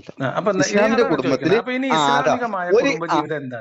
ഇസ്ലാമികമായിട്ടുള്ള കുടുംബം ഏത് അടിസ്ഥാനപരമായിട്ട് ആദ്യം സ്റ്റാർട്ട് ചെയ്യണത് മാതാവാണ്, പിന്നെയാണ് പിതാവ്, അതിന്റെ ശേഷം ഇതിനൊക്കെ എന്തുള്ളൂ കൂട്ടിച്ചേർക്കാൻ പറ്റുള്ളൂ. അതിനാണ് പ്രാമുഖ്യം. കുടുംബ ജീവിതം എന്ന് പറഞ്ഞാൽ ആദം നബി ഹവ്വയും കുടുംബമായി ജീവിക്കാൻ തുടങ്ങിയില്ലേ? അതിൽ പോൽക്ക് വാപ്പിയൊന്നും ഇല്ലല്ലോ, ഇല്ലാത്തോണ്ടാണ്. ഇപ്പൊ നമ്മൾ ചില ആളുകൾ പറയും ഗൾഫ് കൺട്രി പോയിട്ട് പറയും നമ്മളെ ഫാമിലി അടക്കം വേണ്ടിയാണ്, ഫാമിലി എണ്ണാൻ പറ്റൂല. അപ്പൊ ഇനിയിപ്പോ ഫാമിലി എണ്ണിക്കോളി, നിങ്ങളിപ്പോ വാപ്പയും ഉമ്മയും കൂടിയിരുന്ന് രണ്ട് കുടുംബങ്ങൾ ആലോചിച്ച് തീരുമാനിച്ച് ഒരു സ്ത്രീയും പുരുഷനും കൂടിയും ഇവരുടെ മാതാപിതാക്കളുടെ അറിവോടും അനുഗ്രഹത്തോടും കൂടി കുടുംബജീവിതത്തിലേക്ക് കടക്കുന്നു. ഇതാണ് കുടുംബജീവിതം. അവരെ തൃപ്തിയെ ഇസ്ലാമിന്റെ കുടുംബത്തിന്റെ ഒരു മിനിമം രൂപം. ഒന്നുകൂടെ പറയാം, നിങ്ങൾക്ക് പറയാം, ഒന്ന് റിപ്പീറ്റ് ചെയ്തോളി. നിങ്ങൾ ഇതൊന്നും കൂടി ഒന്ന് പരിശോധിക്കണം. നിങ്ങൾക്ക് സമയം വേണമെങ്കിൽ നിങ്ങൾ സമയം എടുത്തോളി. കാരണം ഇത് എന്താ പറയുക, നിങ്ങൾ ഇവിടെ കിടന്ന് എന്തോ ഒരു ബുദ്ധിമുട്ട് അനുഭവിക്കുന്ന പോലെ തോന്നുന്നു. ഇല്ല, ഒരു ബുദ്ധിമുട്ടില്ല, പറഞ്ഞോളി. അല്ല, എന്താണ് നിങ്ങൾ എന്തുകൊണ്ടാണ് ഇസ്ലാമിലെ കുടുംബം എന്ന് പറഞ്ഞാൽ എന്താ നിങ്ങൾക്ക് പറയാൻ പറ്റാത്തതിന്റെ ഒരു ബുദ്ധിമുട്ട് എന്താണ്? ഒരു ബുദ്ധിമുട്ടില്ല, പക്ഷെ നിങ്ങൾ സ്റ്റാർട്ടിംഗ് പോയിന്റ് എന്നിടത്തുനിന്നല്ല ഞാൻ കാണുന്നത്. അതിന്റെ കാരണം ഉണ്ട്. അതിന്റെ കാരണം അതാണ് അല്ല, സാമാന്യമായിട്ട് ഇന്ന് ലോകം അംഗീകരിക്കുന്ന സ്റ്റാർട്ടിംഗ് പോയിന്റ് എന്ന് പറഞ്ഞാൽ രണ്ട് സ്വതന്ത്ര വ്യക്തികൾ ഒരുമിച്ച് ജീവിതത്തിൽ മുന്നോട്ട് പോകാൻ തീരുമാനിക്കുകയും അവരൊരു കുടുംബം ഉണ്ടാക്കാൻ തീരുമാനിക്കുകയും ചെയ്തിട്ട് അവരൊരു ധാരണയിലെത്തി അവരൊരുമിച്ച് ജീവിക്കുന്നതിനാണ് കുടുംബം എന്ന് പറയുന്നത്. പിന്നെ അതിന്റെ ഭാഗമായിട്ട് അവർക്ക് മക്കളുണ്ടാവും. ഇനിയിപ്പോ മക്കളില്ലാത്തവരാണെങ്കിൽ അവർ അഡോപ്റ്റ് ചെയ്യും കുട്ടികളെ, അങ്ങനെയൊക്കെ ആവാം. ഓക്കെ, ഈ ഒരു അടിസ്ഥാന ഒരു സമൂഹത്തിന്റെ ഒരു ഏറ്റവും അടിസ്ഥാനപരമായിട്ടുള്ള ഒരു യൂണിറ്റിനാണ് കുടുംബം എന്ന് പറയുന്നത്. അങ്ങനെ കുടുംബമായിട്ട് ജീവിക്കുന്ന മനുഷ്യരുമായി ബന്ധപ്പെട്ട നിയമങ്ങളാണ് കുടുംബ നിയമങ്ങളായിട്ട് വരുന്നത്, അല്ലെ? അപ്പൊ ഇനി നിങ്ങൾ പറയും, അപ്പൊ അതിന്റെ ഒന്നാമത്തെ ഏറ്റവും പ്രധാനപ്പെട്ട ഘടകമാണ് ഈ രണ്ട് വ്യക്തികൾ എങ്ങനെയാണ് ഈ കുടുംബജീവിതത്തിലേക്ക് കടക്കുന്നത്. അത് വിവാഹമാണോ, നിക്കാഹാണോ, രജിസ്ട്രേഷൻ ആണോ, അതല്ല ലിവിങ് ടുഗദർ ആണോ, ഇങ്ങനെ തുടങ്ങി പല സംവിധാനങ്ങൾ ഇന്ന് നിലവിൽ ഒരു കുടുംബം ഉണ്ടായി വരാൻ. ലോകത്ത് പലയിടത്ത് പലതരത്തിൽ കുടുംബങ്ങൾ ഉണ്ടായി വരുന്നുണ്ട്. ഇസ്ലാമികമായിട്ട് അത് വരുമ്പോൾ അത് നിക്കാഹ് എന്ന് പറയുന്ന ഒരു ഫോർമാലിറ്റിയിലൂടെയാണ് കുടുംബജീവിതത്തിലേക്ക് കടക്കുന്നത്. ഇത് ഞാൻ നിങ്ങൾക്ക് പറഞ്ഞു തരാ എന്ന് പറയുന്നത് വലിയ ബുദ്ധിമുട്ടുള്ള കാര്യമാണ്. ഇനി അവിടെ കുടുംബജീവിതത്തെ കുറിച്ച് പറയും, നിങ്ങൾ മനസ്സിലാക്കിയ അറിവാണെങ്കിൽ പറഞ്ഞ് അത് മറ്റു രീതിയിൽ അതിന്റെ വിശദീകരണമാണ് ഞാൻ നൽകുന്നുള്ളൂ, അല്ലാത്ത വ്യത്യാസമൊന്നുമില്ല. നിങ്ങൾ എന്താ പറഞ്ഞത്? നിങ്ങൾ പറയാം കുടുംബം. ഓക്കെ, ആദ്യ നബി ഇസ്ലാമിനെ സംബന്ധിച്ചിടത്തോളം മാതാവും പിതാവും ഇല്ല എന്ന് വെച്ചോളൂ. ഓക്കെ, അതേ സ്ഥാനത്ത് നിങ്ങൾ ശ്രദ്ധിക്കണ്ട, ഇടയിൽ കയറരുതിട്ടോ. പറയും, ഞാൻ ഇന്നലെ റിപ്പീറ്റ് ചെയ്ത് ഒന്നുകൂടെ ഉണർത്തുകയാണ്. മാതാവിന്റെ കാലിന്റെ കീഴിലാണ് അള്ളാഹു തആല സ്വർഗം കൊണ്ടേ വെച്ചത്. കേറണമെങ്കിൽ ആദ്യം കിട്ടേണ്ട ഒന്ന്. അപ്പം ഇത് ആൺകുട്ടിയാക്ക് ബാധകമാണ്, പെൺകുട്ടിയാക്ക് ഇത് ബാധകല്ല. ഓൽക്ക് മാതാപിതാക്കളെ നോക്കുക എന്നുള്ളത് സുന്നത്തുള്ളും ഫർളില്ല. ഒന്ന് മനസ്സിലാക്കി വെച്ചോളി. ഉദാഹരണം, പെൺകുട്ടികളെ സംബന്ധിച്ചിടത്തോളം സ്വർഗം വെച്ചത് മാതാപിതാക്കളെ കാലിന്റെ അടിയിലല്ല ഇസ്ലാം വെച്ചത്, ഭർത്താവിന്റെ തൃപ്തിയിലായിക്കൊണ്ട് മരണപ്പെട്ട ഭാര്യ എന്നാ. അത് അവിടുന്ന് കിട്ടണമെങ്കിൽ കുറച്ച് പണി ഉണ്ടാവും, അവിടെ കട്ടെ. അതേ സ്ഥാനത്ത് ഫർളാണ് ആരെ നോക്കല്, മാതാപിതാക്കളെ നോക്കുക എന്നുള്ളത് 100% നിർബന്ധമാണ് ആൺകുട്ടിയാക്ക്. അതാണ് ഇസ്ലാമുമായിട്ട് ബന്ധപ്പെട്ട വിഷയത്തിന്റെ അടിസ്ഥാനപരമായിട്ട് വരുന്ന ഒന്നാമത്തെ ഘടകം. 2, 3 പെൺമക്കളെ കെട്ടിച്ചു വിട്ട് അള്ളാഹു തആല സ്വർഗം തരെങ്കിൽ 10 ആൺകുട്ടികൾ പെണ്ണെട്ടിയാലും സ്വർഗം ആർക്ക് കിട്ടാൻ പോകില്ല, മാതാപിതാക്കൾ കിട്ടാൻ പോകില്ല. അതെന്തുകൊണ്ടാണ് അള്ളാഹു തആല വിറ്റ് പോയ സാധനത്തിൽ ഇനി നിങ്ങൾ പോയി തലയിടണ്ട, അത് വേറെ ഏൽപ്പിച്ചു കൊടുത്ത്. ഇനി വിറ്റ പറമ്പ് പോയിട്ട് തേങ്ങ വലിക്കാൻ നിൽക്കണ്ട. അതിന് ബദൽ സംവിധാനം എന്നുള്ള നിലക്കാണ് സ്വർഗം വെച്ചു കൊടുത്തത്. ഇനി അഥവാ വാപ്പ ഇവിടെ മരിക്കാൻ കിടക്കുകയാണെങ്കിൽ ഭാര്യ ഭർത്താവിന് ചോദിക്കതാ ഇങ്ങനെയൊക്കെയാണ് അവസ്ഥ, ഞാനൊന്ന് പോയി വെള്ളം കൊടുക്കാഞ്ഞാല് മൂപ്പര് മരിച്ചു പോകും, അതുകൊണ്ട് ഞാൻ ഒന്ന് പോട്ടേന്ന് ചോദിച്ചു. അപ്പം ഭർത്താവ് പറഞ്ഞു ഈ പറഞ്ഞ കാര്യങ്ങളൊക്കെ എനിക്ക് മനസ്സിലായി, പക്ഷെ അവിടെ പോകുന്ന വിഷയത്തിൽ എനിക്ക് കുറച്ച് താല്പര്യക്കേടുണ്ടെന്ന് പറഞ്ഞു കഴിഞ്ഞാൽ പിന്നെ വാപ്പാനിമ്മാനും നോക്കാൻ പോലെ ഈ ഭാര്യനെ സംബന്ധിച്ചിടത്തോളം ഹറാമാണ്. നിയമം മനസ്സിലാക്കി വെച്ചോളി പറഞ്ഞുതരാം. പിന്നെ ഒരു മിനിറ്റ് ആയി പറഞ്ഞോളി. നിങ്ങൾ പറഞ്ഞോളി, കുഴപ്പമില്ല. ഞാൻ പറഞ്ഞത് മനുഷ്യരെ കുറിച്ചാണ് നമ്മൾ സംസാരിക്കുന്ന ധാരണ. അതെ അതെ അതുണ്ട്, സംസാരം മുസ്ലിം പെൺകുട്ടികൾ വരെ കേൾക്കും എന്നുള്ളൊരു ബോധം അതെ ഉണ്ട്, വ്യക്തമായിട്ടാ പറയുന്നത്. ഞാൻ സംശയം ഉണ്ടെങ്കിൽ ആർക്ക് വേണമെങ്കിലും എന്റെ ഫോൺ നമ്പർ കറക്റ്റ് ആക്കിയാണ് കൊടുക്കല്ലേ, വിളിച്ചോട്ടെ, അതിനൊന്നും വിരോധമില്ല. 91 42 58 49 30 ആർക്ക് വേണമെങ്കിൽ വിളിക്കാം, കറക്റ്റ് ആക്കി അതിന്റെ പൾസ് പറഞ്ഞിട്ട്. ഈ അറിവില്ലായ്മയാണ് പ്രശ്നം മുഴുവൻ കൊണ്ടുവരുന്നത്. സ്ത്രീകൾക്ക് അല്ലാഹു തആല 100% നീതി വെച്ചിട്ടുണ്ട്, തുല്യത കൊടുത്തില്ല. ഒരു തുല്യത വെച്ച് കഴിഞ്ഞ ഒരു നാടകം പൂർത്തിയാക്കാൻ കഴിയുമോ? അവിടെ കംപ്ലീറ്റ് എന്താണ്, ഒക്കെ പോലീസുകാരാണ് പറഞ്ഞാൽ അഭിനയം ശരിയാവും? ഇല്ല. അതേ സ്ഥാനത്ത് നീതി വെച്ചിട്ട് 100%. ആ നീതിയിൽ നിങ്ങൾ അനീതി കാണിച്ച നിങ്ങൾ പറഞ്ഞ മതി, ഞാൻ കേൾക്കും. ഓക്കെ. പിന്നെ ഒന്ന് 2 മിനിറ്റ് ഇടവേള, ഒന്ന് മൂത്രമൊഴിച്ചു, ഒന്ന് ജസ്റ്റ് മൂത്രമൊഴിച്ചാണ്ട് വെള്ളം കുടിച്ചപ്പോ ഹലോ എക്സസൈസ് തുടങ്ങല്ലേ? പറഞ്ഞോളൂ. പിന്നെ ഒന്ന് റിക്കാർഡ് ചെയ്തിട്ടോ ഇൻഷാ അല്ലാഹ്. അസ്സലാമു അലൈക്കും. അപ്പൊ നമ്മള് തുടങ്ങാം. എന്താണ് കുടുംബജീവിതം പറഞ്ഞിട്ട് തന്നെ തുടങ്ങാം. എന്താണ് അപ്പൊ രണ്ടാമതായിട്ട് കുടുംബജീവിതത്തിലെ സാമ്പത്തിക മേഖല കൈകാര്യം ചെയ്യുന്ന രീതി. ഓക്കെ, അത് അതിന്റെ അനിവാര്യമാണല്ലോ, ഏറ്റവും പ്രധാനപ്പെട്ട മർമ്മപ്രധാനമായ സംഗതിയാണ്. പറഞ്ഞില്ലേ, കുടുംബത്തിന്റെ മർമ്മം എന്ന് പറഞ്ഞാൽ കുടുംബം ഉണ്ടാവലാണല്ലോ. ഓക്കെ, കുടുംബം ഉണ്ടാക്കല്ല, ഉണ്ടാക്കിയോണ്ടത്തെ കാര്യം. അല്ല, കുടുംബം സീറ്റിംഗ് ആയി പോവാന്നില്ല, ഉണ്ടാവുന്നതിൽ തന്നെ അനീതി ഉണ്ട് പറയണതേ. അതിന് 2 വ്യത്യാസമുണ്ട്. ഒന്ന്, ഒരു ഒറ്റ മിനിറ്റ്, ഒരു പണ്ഡിതന്റെ അടുത്ത് വന്നിട്ട് ചോദിച്ച ഒരാള്, ഇതാ അത് ഒരു രാജാവിന്റെ മോനാ, നിങ്ങളെ ആ കാണുന്ന താടിയാണോ അള്ളാന്റെ അടുത്ത് ഏറ്റവും ഉയർന്നത്, അത് എന്റെ കൈ കിടക്കണ നായിയാണോ ഏറ്റവും ഉയർന്നത് ചോദിച്ചു. അള്ളാന്റെ അടുത്ത് ഏതാ ഏറ്റവും കൂടുതൽ സ്ഥാനം ഉള്ളതെന്നൊരു ചോദ്യം ചോദിച്ചു. അപ്പൊ പണ്ഡിതന് മറുപടി കൊടുക്കുന്നുണ്ട്. എന്താ മറുപടി കൊടുക്കുന്ന കാര്യങ്ങള്? ഒന്ന്, അഥവാ ഞാൻ അള്ളാൻ അനുസരിക്കുന്ന ഒരു പ്രവണതയിലാണെങ്കിൽ എന്റെ താടിക്ക് തന്നെയാണ് അള്ളാന്റെ അടുത്ത് സ്ഥാനമുള്ളത്, അതില്ലെങ്കിൽ എന്റെ പട്ടിക്ക് തന്നെയാണ് എന്തായാലും വില ഉള്ളത്. ഇസ്ലാമികമായിട്ടുള്ള നിയമത്തിന്റെ മുകളിൽ ഒരാൾ പോകുന്ന സമയത്ത് മാത്രമേ ആ മനുഷ്യൻ വിലായത്തിലെത്തുള്ളൂ. അതായത് നമ്മൾ അതിനെ കുറിച്ചല്ലല്ലോ നമ്മൾ സംസാരിക്കണേ. നമ്മള് അള്ളാഹുവിന്റെ മുന്നിൽ എത്തുമ്പത്തെ കഥയല്ലല്ലോ, അള്ളാഹുവിന്റെ മുന്നിൽ എത്തുക എന്നുള്ള കൺസെപ്റ്റ് അല്ല. നമ്മള് ഭൗതിക ജീവിതത്തിൽ മനുഷ്യരുമായി ബന്ധപ്പെട്ട് അല്ല പറയട്ടെ, കുടുംബജീവിതവുമായി ബന്ധപ്പെട്ട നിയമങ്ങളിൽ ഇസ്ലാമികമായിട്ട് എന്തെങ്കിലും പോരായ്മ, ഖുർആനിക നിയമങ്ങൾക്ക് യാതൊരു പോരായ്മയില്ല എന്നുള്ളതാണ്. ഈ പോരായ്മ ഇല്ല എന്ന് പറഞ്ഞാൽ ഇസ്ലാം അംഗീകരിച്ചാൽ പിന്നെ പോരായ്മയില്ല എന്നുള്ള വാദമല്ല. മനുഷ്യർക്ക് ഉപകാരപ്പെടുന്ന രീതിയിലോ അല്ലെങ്കിൽ മനുഷ്യരുമായി ബന്ധപ്പെട്ടോ മാനവികമായ മൂല്യങ്ങളുടെ അടിസ്ഥാനത്തിൽ നോക്കുമ്പോൾ ഖുർആനികമായ നിയമങ്ങൾക്ക് പോരായ്മയില്ല എന്ന് വരണം. അല്ലാതെ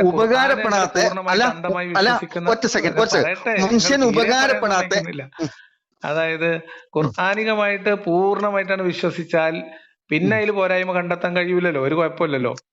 അങ്ങനെയല്ല, ഭൗതികമായി ജീവിതത്തിൽ മനുഷ്യർക്ക് എല്ലാ മനുഷ്യരും തുല്യരാണ്, തുല്യ അന്തസ്സും അവകാശമുള്ളവരാണ് എന്ന ആശയത്തിൽ നിന്നുകൊണ്ട് നമ്മൾ വിലയിരുത്തുമ്പോൾ, മാനവികമായ മൂല്യങ്ങളിൽ നിന്നുകൊണ്ട് വിലയിരുത്തുമ്പോൾ ഇസ്ലാമിക കുടുംബജീവിതം മികച്ചതാണോ അല്ലേ, ഇതാണ് പരിശോധന.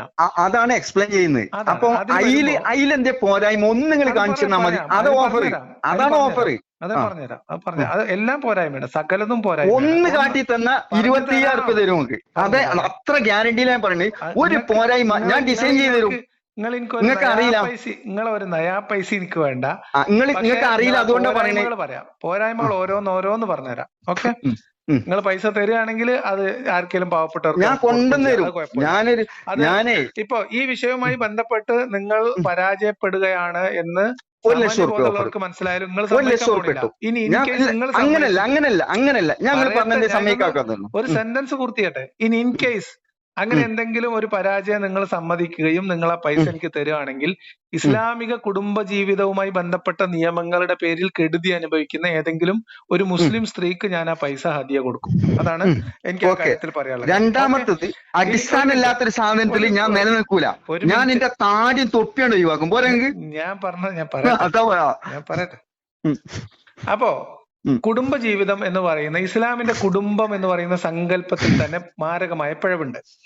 ഇസ്ലാമിക കുടുംബം എന്ന് പറഞ്ഞാൽ 2 വ്യക്തികൾ തുല്യമായ അന്തസ്സും അവകാശവും ആത്മാഭിമാനവും ഉള്ള രണ്ട് വ്യക്തികളുടെ ഒരു സംഗമമോ അവരുടെ തമ്മിലുള്ള ഒരു ധാരണ പ്രകാരമുള്ള ഒരു കുടുംബമായിട്ടോ നിലവരുന്ന ഒരു സാധനമല്ല. പുരുഷാധിപത്യം കേന്ദ്രീകൃതമായി പുരുഷന്മാരാൽ നിശ്ചയിക്കപ്പെട്ട് പുരുഷന്മാരാൽ ഉണ്ടാക്കിയെടുക്കുന്ന ഒരു സംവിധാനമാണ് ഇസ്ലാമിക കുടുംബം എന്ന് പറഞ്ഞാൽ. ഇസ്ലാമിക നിയമം അനുസരിച്ച് കുടുംബം ഉണ്ടാവുക എന്ന പ്രക്രിയ വിവാഹമാണ്. ആ വിവാഹവുമായി ബന്ധപ്പെട്ട് കുടുംബം ഉണ്ടായി വരുന്നത് പുരുഷനും സ്ത്രീയുടെ പിതാവും തമ്മിലുള്ള ധാരണയുടെ അടിസ്ഥാനത്തിലാണ്. അവര് തമ്മിലാണ് കാര്യങ്ങൾ പറഞ്ഞുറപ്പിക്കുന്നത്. അവര് തമ്മിലാണ് വിവാഹത്തിന്റെ കാര്യങ്ങൾ നടക്കുന്നത്. വിവാഹത്തിലെ വാക്യങ്ങൾ പറയുന്നത് പോലെ അവരാണ്. അപ്പോ ഒരു പുരുഷൻ കുടുംബം ഉണ്ടാക്കണം എന്ന് ആഗ്രഹിക്കുമ്പോൾ മറ്റൊരു പുരുഷനിൽ നിന്ന് ഒരു സ്ത്രീയെ കരാർ ഉറപ്പിച്ച് വാങ്ങുന്ന ഏർപ്പാടാണ് ഇസ്ലാമിലെ കുടുംബം. അത് തന്നെ ഇൻഹ്യൂമൻ ആയിട്ടുള്ള ഒരു പരിപാടിയാണ്. ആ കുടുംബ ജീവിതത്തിൽ ഈ സ്ത്രീയെ സംബന്ധിച്ച് യാതൊരു തെരഞ്ഞെടുപ്പോ തീരുമാനമോ അഭിപ്രായമോ ആ വിവാഹത്തിൽ തന്നെയുമില്ല. അത് കഴിഞ്ഞാൽ പിന്നെ ഭർത്താവിനെ അനുസരിക്കുക. നിങ്ങൾ നേരത്തെ പറഞ്ഞു, ഭർത്താവിന്റെ തൃപ്തിയിലാണ് ഇസ്ലാമികമായി കുടുംബജീവിതത്തിൽ ഒരു സ്ത്രീയുടെ സ്വർഗപ്രവേശം ഇരിക്കുന്നത്. പുരുഷന്റെ സ്വർഗം ഉമ്മാന്റെ കാലിന്റെ അടിയിലാണെങ്കിൽ സ്ത്രീയുടെ സ്വർഗം ഭർത്താവിന്റെ തൃപ്തിയിലാണ് എന്ന് പറയുന്നതോടുകൂടി ഖുർആനിൽ അല്ലാഹ് പറയുന്നു, നിങ്ങളിൽ ഉത്തമയായ സ്ത്രീകൾ ഭർത്താവിനോട് അനുസരണയുള്ളവരായിരിക്കും. അപ്പൊ ഈ അനുസരണയിൽ ഭർത്താവിന് കീഴിൽ ഭർത്താവിന്റെ ആജ്ഞകൾ അനുസരിച്ച് ഭർത്താവിന്റെ തൃപ്തിക്ക് വേണ്ടി ജീവിക്കുന്ന ഒരു സ്ത്രീയാണ് കുടുംബം. ദാറ്റ് മീൻസ് ഇസ്ലാമിൽ ആക്ച്വലി സ്ത്രീയും പുരുഷനും തുല്യമായ അന്തസ്സുള്ളവരായി പരിഗണിക്കപ്പെടുന്ന ഒരു കുടുംബമേ ഇല്ല. ആ കുടുംബം എന്ന് പറയുന്ന സങ്കല്പം തന്നെ അങ്ങേയറ്റം മനുഷ്യത്വ വിരുദ്ധമായ സ്ത്രീ വിരുദ്ധമായ ഒരു പ്രസ്ഥാനമാണ് എന്നുള്ളതാണ് എന്റെ ഒന്നാമത്തെ കാര്യം. അപ്പൊ അതിൽ നമുക്ക് സംസാരിക്കാം. പിന്നെ ആ കുടുംബജീവിതത്തിലേക്ക് കടക്കുന്ന വിവാഹം, അതിൽ സ്ത്രീയുടെ അവകാശം, ഇതൊക്കെ പറയാം. എന്നിട്ട് നമുക്ക് കുടുംബം പറയാം. പറഞ്ഞോളൂ. അപ്പം അത് നിങ്ങൾ മനസ്സിലാക്കി വെച്ചാണ്, ഞാൻ കുറ്റപ്പെടുത്തുന്നില്ല. അത് പിന്നെ സമൂഹത്തിൽ 99% ആളുകളുടെയും വിവരക്കേടോട് വരുന്ന കാഴ്ചപ്പാടാണ്. ഞാൻ വ്യത്യസ്തമായ ദിശയിലേക്ക് നീങ്ങുന്ന അതിനെ പറ്റി ഞാൻ പറയുന്നില്ല. പക്ഷെ ഞാനത് നിങ്ങളെ മുമ്പിൽ അവതരിപ്പിച്ചിട്ട് അതിലൊരു ന്യൂനതകൾ കാണിച്ചെന്നാൽ ഞങ്ങൾക്ക് തര 50,000 എന്നാ പറയുന്നത് കുടുംബജീവിതത്തിൽ. അതാണ് പറഞ്ഞത് ക്ഷമയോട് കൂടി കേട്ടോളി എന്ന് പറയുന്നത്.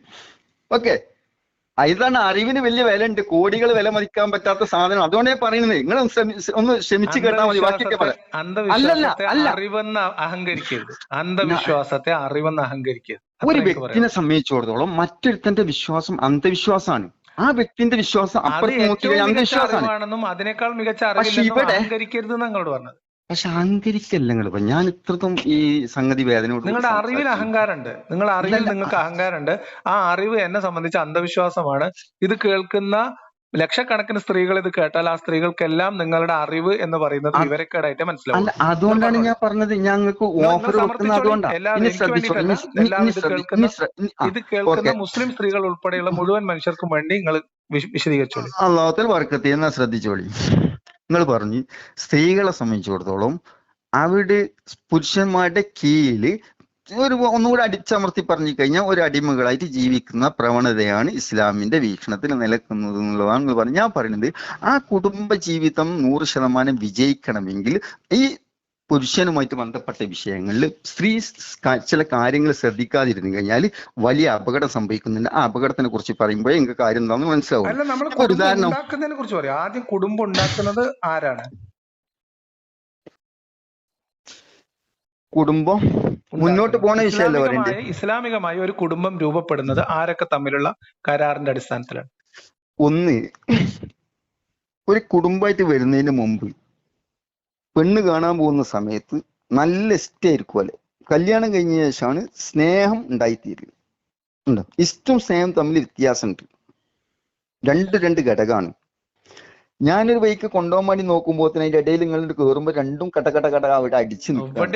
അതാണ് വിഷയം. വളരെ ക്രിസ്റ്റൽ ക്ലിയർ ആയിട്ട് സ്റ്റെപ്പ് ബൈ സ്റ്റെപ്പ് ആയിട്ട് നമ്മളൊരു വീട് പണിയുന്ന പോലെ നമ്മൾ അടിസ്ഥാനം ക്ലിയർ ആക്കി ഓരോ കല്ല് സൂക്ഷ്മമായി പെറുക്കി വെക്കാണ്. ഓക്കെ, അപ്പൊ ഒരു കുടുംബ ജീവിതത്തിൽ ഇത് ഡിസൈൻ ചെയ്തത് അതിൻ്റെ ഉള്ളിലുള്ള അവസ്ഥകളെ വെച്ചുകൊണ്ടാണ് അള്ളാഹു തആല തയ്യാറാക്കുന്നത്. ഇപ്പൊ ഉദാഹരണം പറഞ്ഞു കഴിഞ്ഞാൽ വാപ്പ മോനോട് ഇന്ന കാര്യം ചെയ്യുന്നു പറഞ്ഞു. ഇതൊന്ന് വെരിഫൈ ചെയ്യാൻ വേണ്ടിയിട്ട് ഉമ്മാനോട് ചോദിച്ചു, വാപ്പ എങ്ങനെയാ പറഞ്ഞത്, എന്തമ്മ ചെയ്യേണ്ടേന്ന് ചോദിച്ച സമയത്ത് മോനോട് പറഞ്ഞു അത് അങ്ങോട്ട് വിട്ടാളുടെ പരിഗണിക്കണ്ടെന്ന് പറഞ്ഞു. ഇനി വാപ്പല്ല പോലീസ് സ്റ്റേഷനിൽ മെനക്കെട്ടാലും ആ മോനെ പിടിച്ചോടത്ത് കിട്ടൂല. ഒരു മാർഗം ഞാൻ കുട്ടീനെ രക്ഷിക്കാനില്ല. അതേ സ്ഥാനത്ത് വാപ്പ പറഞ്ഞത് ഈ പൂർത്തിയാക്കിയുള്ള മോനെന്ന് ഉമ്മ സപ്പോർട്ട് ചെയ്ത് കഴിഞ്ഞാൽ ആ മോൻ ഭൂമിയിലോടിയും പോയിട്ട് നശിക്കാനും പോണില്ല. കണ്ടോ, ഇതിന് വാപ്പാനെ സപ്പോർട്ട് ചെയ്യാന്നുള്ള പണി എടുക്കേണ്ട ആള് ഉമ്മയാണ്. അഥവാ ഒരു ഭർത്താവ് ജീവിതകാലത്ത് ഏതെങ്കിലും ഒരു പെണ്ണുമായിട്ട് ബന്ധപ്പെട്ടത് ഈ സ്ത്രീ അറിഞ്ഞു കഴിഞ്ഞാൽ പിന്നെ ഏത് സൈക്കോളജിസ്റ്റിന്റെ അടുത്ത് പോയാലും അതിന് പരിഹാരം കണ്ടെത്താൻ കഴിയൂല. ആ കുടുംബ കുളം തോണ്ടി.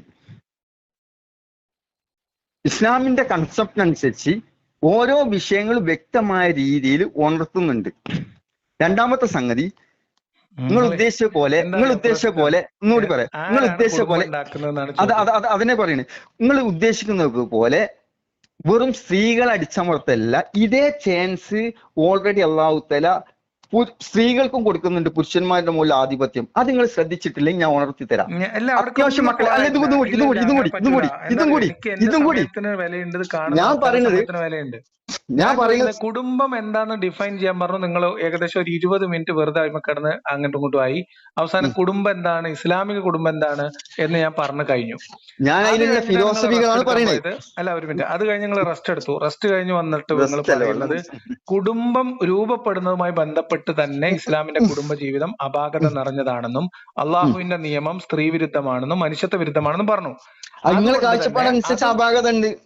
ഞാൻ ദീൻ വിശദീകരിക്കുമ്പോൾ അപാകത ഉണ്ടാവില്ല. അതാണ് ക്ഷമിക്കുന്നു പറഞ്ഞത്. വിശദീകരിക്കുന്നില്ല എങ്ങനെ ഒരു കുടുംബ ജീവിതം ഇതും കൂടെ ഒന്ന് ശ്രദ്ധിക്കും. കൺസ്ട്രക്ട് ചെയ്യുന്നത് തമ്മിലാണ് കുടുംബ ജീവിതം ഉണ്ടാക്കുന്ന ധാരണ ഉണ്ടാവുന്നത്. പറയൂ. ഇത് രണ്ടാൾക്കും ചാൻസ് കൊടുക്കണ്ട. ഒരു ഭാഗത്താണ് നിങ്ങൾ ശ്രദ്ധിക്കാത്ത. അതാ ഞാൻ പറഞ്ഞുകൊണ്ടിരുന്നത്. അതായത് മക്കളൊക്കെ വലുതായി ഒരു ഗൾഫ് കൺട്രിയിലൊക്കെ പോയി അത്യാവശ്യം വരുമാനമൊക്കെ വരാൻ സമയത്ത് യാദൃശ്ചികമായിട്ട് ഈ കോൺസ്റ്റബിൾ പോസ്റ്റിൽ നിന്ന് CI പോസ്റ്റിലേക്ക് ഈ ഭാര്യ മാറുന്നുണ്ട്. സ്വന്തം ഭർത്താവിനെ മക്കളെ മുമ്പിൽ നിർത്തിക്കൊണ്ട്. ഞാൻ ചോദിക്കുന്നത്, നിങ്ങൾ വേറെന്തോ പറയാ. ധൃതി കൂട്ടല് നിങ്ങൾ പറയുന്നത് ഭർത്താക്കന്മാരെ അടിച്ചമർത്തിയിട്ടാണ് സ്ത്രീകൾ പോകുന്നത് പറയുന്നുണ്ട്. ഞാൻ പറഞ്ഞ നേരെ ഉൾട്ടാണ്. നോക്കൂ ഇത് ആളുകള് നിങ്ങളുടെ കൺസെപ്റ്റും ഞാൻ പറയുന്ന കാര്യങ്ങളും തമ്മിൽ ആളുകൾ കേൾക്കാനിരിക്കുന്നു. ഇതിന്റെ പുറകെ റെക്കോർഡ് ചെയ്യുന്നു, ഞാൻ റെക്കോർഡ് ചെയ്യുന്നു. ഇത് ഞാൻ വളരെ ക്ലിയർ ആയിട്ട് നമ്മൾ തമ്മിൽ സംസാരിച്ച ഓരോ ഘട്ടമായിട്ട് തന്നെ അത് അപ്ലോഡ് ചെയ്യും. തീർച്ചയായിട്ടും ഇത് കൂടുതലായിട്ടുള്ള വിശ്വാസികൾ കേൾക്കണം എന്നാണ് ഞാൻ ആഗ്രഹിക്കുന്നത്. ഇസ്ലാം എന്ന് പറയുന്ന മതം എത്രമേൽ എന്താ പറയാ പ്രാകൃതമായ ഗോത്ര നിയമമാണ് എന്ന് നിങ്ങളാണ് ഇവിടെ വിശദീകരിക്കുന്നത്. ഞാനൊന്നും പറയുന്നില്ല. ഞാൻ ഒരു വിമർശനം പോലും ഇതുവരെ പറഞ്ഞിട്ടില്ല. ഞാൻ ഈ പറയുന്ന കാര്യങ്ങൾ പൂർത്തിയാക്കാൻ സമയം തരും. നിങ്ങൾ സ്ത്രീ വിരുദ്ധമായ ഇസ്ലാമിക നിയമങ്ങൾ ഇവിടെ എസ്റ്റാബ്ലിഷ് ചെയ്ത് കഴിഞ്ഞു.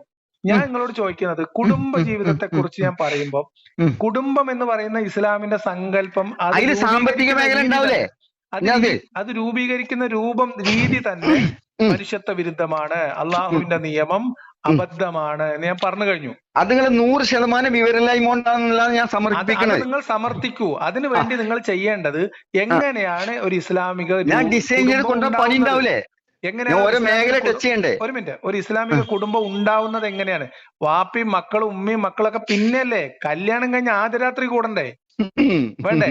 ആദ്യം അത് പറയും. എങ്ങനെയാണ് ഒരു വിവാഹം ഉണ്ടാവുന്നത്? എങ്ങനെയാണ് ഒരു കുടുംബജീവിതത്തിലേക്ക് ഒരു മുസ്ലിം സ്ത്രീയും പുരുഷനും കടക്കുന്നത്? അതിനകത്ത് അപാകതകളുണ്ടോ? അതിനകത്ത് സ്ത്രീ വിവേചനമുണ്ടോ? അതിനകത്ത് പുരുഷാധിപത്യം ഉണ്ടോ? നിങ്ങൾ പറഞ്ഞതുപോലെ അതിനകത്ത് സ്ത്രീകളെ ഒരു അടിമകളെ പോലെ സമമായി പരിഗണിക്കുന്ന നിയമങ്ങളുണ്ടോ? നമുക്ക് സ്ത്രീ ആധിപത്യം, അതായത് അല്ലാഹു തആല പറയുന്നത്, ഞാൻ നിങ്ങളെ പരീക്ഷണത്തിന് വേണ്ടിയിട്ടല്ലാതെ ഭൂമിയിലേക്ക് അയച്ചത്. അപ്പൊ തീർച്ചയായിട്ടും ചാൻസ് കൊടുക്കും. ഒരു നാടകം നടക്കുകയാണെങ്കിൽ അതിൽ കള്ളന്മാരുണ്ടാവും, യാചകന്മാരുണ്ടാവും, പല രീതിയിലുള്ള തുറകള്. എങ്ങനെയാണ് ഇസ്ലാമിൽ ഒരു കുടുംബജീവിതം ഉണ്ടാവുന്നത്? ഒന്ന് നിങ്ങൾ ക്ഷമിക്കുന്നാല് ഇൻഷാ അല്ലാഹ്. അപ്പോ സ്ത്രീകളെടുത്ത് ഒരു ചാൻസ് അല്ലാഹു തആല കയ്യിൽ കൊടുക്കുന്നുണ്ട്. അത് കാണാതെ നിങ്ങൾ പോവാണ്. ആ പീരീഡാണ് ഞാൻ തുണർത്തിയത്. ഒരു പരിധി കഴിഞ്ഞു കഴിഞ്ഞാൽ ഭർത്താവ് നേരെ താഴെ പോകുന്നൊരു അവസ്ഥ വരുന്നുണ്ട്. മക്കളൊക്കെ വലുതായി ഭാര്യയും ഭർത്താവും ഉണ്ടാവുള്ളൂ. നിങ്ങൾ എന്തിനാണ് ഇങ്ങനെ കിടന്ന് കഷ്ടപ്പെടുന്നത്? നിങ്ങൾക്ക് എന്താണ് ഇസ്ലാമിലെ നിക്കാഹുമായി ബന്ധപ്പെട്ട നിയമങ്ങൾ? അതാണല്ലോ അതിന്റെ അടിസ്ഥാനം. ഞാൻ നിങ്ങൾക്ക് പറഞ്ഞു, ഇസ്ലാമിൽ കുടുംബ ജീവിതത്തിലേക്ക് കടക്കുന്നത് നിക്കാഹിലൂടെയാണ്. അല്ലേ? ഓക്കെ അല്ലേ? നിക്കാഹിലൂടെ മാത്രം അല്ലാതെ നടക്കും, അത് വേറെ കാര്യം. നിക്കാഹാണ് അടിസ്ഥാനപരമായി കുടുംബത്തിന്റെ ഒരു രൂപം. ഈ നിക്കാഹിൽ തന്നെ അപാകത ഉണ്ട്. എങ്ങനെ ആരൊക്കെ തമ്മിലാണ് നിക്കാഹ് തീരുമാനിക്കുന്നത്? അതിൽ സ്ത്രീയുടെ റോൾ എന്താണ്? ഈ ഉമ്മാന്റെ റോൾ എന്താണ്? സ്ത്രീകളുടെ റോൾ എന്താണ് വിവാഹത്തിൽ? കുടുംബം ഉണ്ടാക്കുന്നതിൽ സ്ത്രീകളുടെ പങ്കാളിത്തം എത്രത്തോളം ഉണ്ട്? ഇതാണ് എന്റെ ചോദ്യം. അത്ര കിട്ടിയാൽ മതിയല്ലോ. മതി. ഒരു ഇസ്ലാമികമായിട്ട് ഒരു ഭാര്യയും ഭർത്താവ് ഒരുമിച്ച് ജീവിച്ചുകൊണ്ടിരിക്കുന്ന സാഹചര്യത്തിൽ മക്കൾക്ക് വിവാഹം വന്നു കഴിഞ്ഞാൽ അവിടെ ഒരു മഷൂറ എന്ന് പറയുന്ന കൂടി ആലോചനയുടെ വിഷയം. മഷൂറ മൂമിനിങ്ങളുടെ സിഫത്താണ്. അതുകൊണ്ട് അത് ഒഴിവാക്കിയിട്ട് ഒരു മൂമിനാണെന്നുള്ള അവകാശപ്പെടാൻ പറ്റൂല. അതുകൊണ്ട് കുടുംബത്തിൽ ആ വിഷയം ആധികാരികമായിട്ട് ചർച്ച ചെയ്യും. അതിൽ നിന്നും ഏറ്റവും ആ വിഷയത്തിൽ പരിഗണന കൊടുക്കുന്ന എന്താ വെച്ച് കഴിഞ്ഞാൽ ഉമ്മാന്റെ അഭിപ്രായം വാപ്പാന്റെ തീരുമാനങ്ങളോടെ വരികയാണ്. ഒരിക്കലും വാപ്പ ഒരു മക്കൾക്ക് വിവാഹം അന്വേഷിച്ച് നോക്കുമ്പോൾ അതിന്റെ എ മുതൽ Z വരെ പൂർത്തിയാക്കാതെ കെട്ടിച്ചു കൊടുക്കൂല. അത് അഥവാ വാപ്പ ഭ്രാന്തനാണ് അല്ലെങ്കിൽ ഒരു വിവരദോഷിയാണ്, ആ സാഹചര്യത്തിലെ മറിച്ച് ചിന്തിക്കേണ്ടതുള്ളൂ. വാപ്പ 100% മോളെ കാര്യത്തിൽ ഒരു നല്ല തീരുമാനം എടുക്കുന്നുള്ള കാഴ്ചപ്പാടാണെങ്കിൽ തീർത്തും മക്കളും ഒരുമിച്ച് കൂടി ആ വിഷയത്തിൽ അവിടെ വെച്ചിട്ടൊരു തീരുമാനം ഉള്ളുന്നെടുക്കണം. എന്നിട്ട് വേണം ആ വിഷയത്തിനൊരു തീരുമാനം കൊടുക്കാൻ. അത് അത്രേ ഇത് വരുന്നുള്ളൂ. നമുക്കൊക്കെ മക്കള് കല്യാണം കഴിച്ച് പോകുന്നതല്ലേ. അവിടെ എന്തൊരു അഭിപ്രായക്കേട്?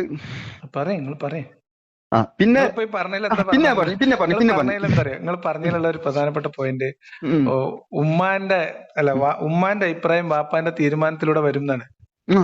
അപ്പോഴേ സെക്സ് ആവുള്ളൂ, അല്ലെങ്കിൽ അപകടം ചെയ്യും. നിങ്ങൾ അതായത് പഠിച്ചോൻ പറയണതാ, നിങ്ങൾക്ക് പെണ്ണ് കെട്ടി ആളെ ചെലവിന് കൊടുത്ത് കാര്യങ്ങൾ പൂർത്തിയാക്കി കൊടുക്കാൻ കഴിയൂല. ആ പണിക്ക് നിങ്ങൾ നിൽക്കണം. നിങ്ങൾ പോയി നോൽമ്പ് വെച്ചാളി എന്ന് പറഞ്ഞത് നിങ്ങൾ പെണ്ണുങ്ങളെ ജോലിക്ക് വിട്ടാണ്ട് അതിൽ കൂടെ നിങ്ങളെ കാര്യം നടത്തി കളിക്കുന്നില്ല. മെച്ചം വല്ലതുണ്ടെങ്കിൽ പഠിച്ചോ സമ്മതിക്കൂലേ? മെച്ചുണ്ടെങ്കിൽ ഞാൻ വീട്ടില് ഒരു പെറ്റ് ഡോഗിനെ വാങ്ങണതിനെ കുറിച്ച് ഇവിടെ ആലോചിച്ചു. അപ്പൊ പറഞ്ഞത് അത് നിങ്ങളെയും കൊണ്ട് കൂട്ടിയാൽ കൂടും തോന്നില്ല. കാരണം നിങ്ങൾക്ക് പല യാത്രകളും ഉണ്ടാവും, അതിൻ്റെതായിട്ടുള്ള കാര്യങ്ങൾ അതൊക്കെ നോക്കാൻ പറ്റുമെങ്കിൽ മാത്രം വാങ്ങിയാൽ മതി എന്ന് എന്റെ ഒരു സുഹൃത്ത് പറഞ്ഞു എന്നോട്. ഈ പൈസ ഒന്നും എണ്ണി കൊടുക്കട്ടെ, ഒറ്റ മിനിറ്റ് മതിയോ? ഒന്ന് ക്ലിപ്പ് ഒന്ന് ചെറുതാക്കി ഇട്ടാലോ, ഒന്ന് കട്ട് ചെയ്തിട്ടാലോ? ആയിക്കോട്ടെ, ഓക്കെ, ശരി.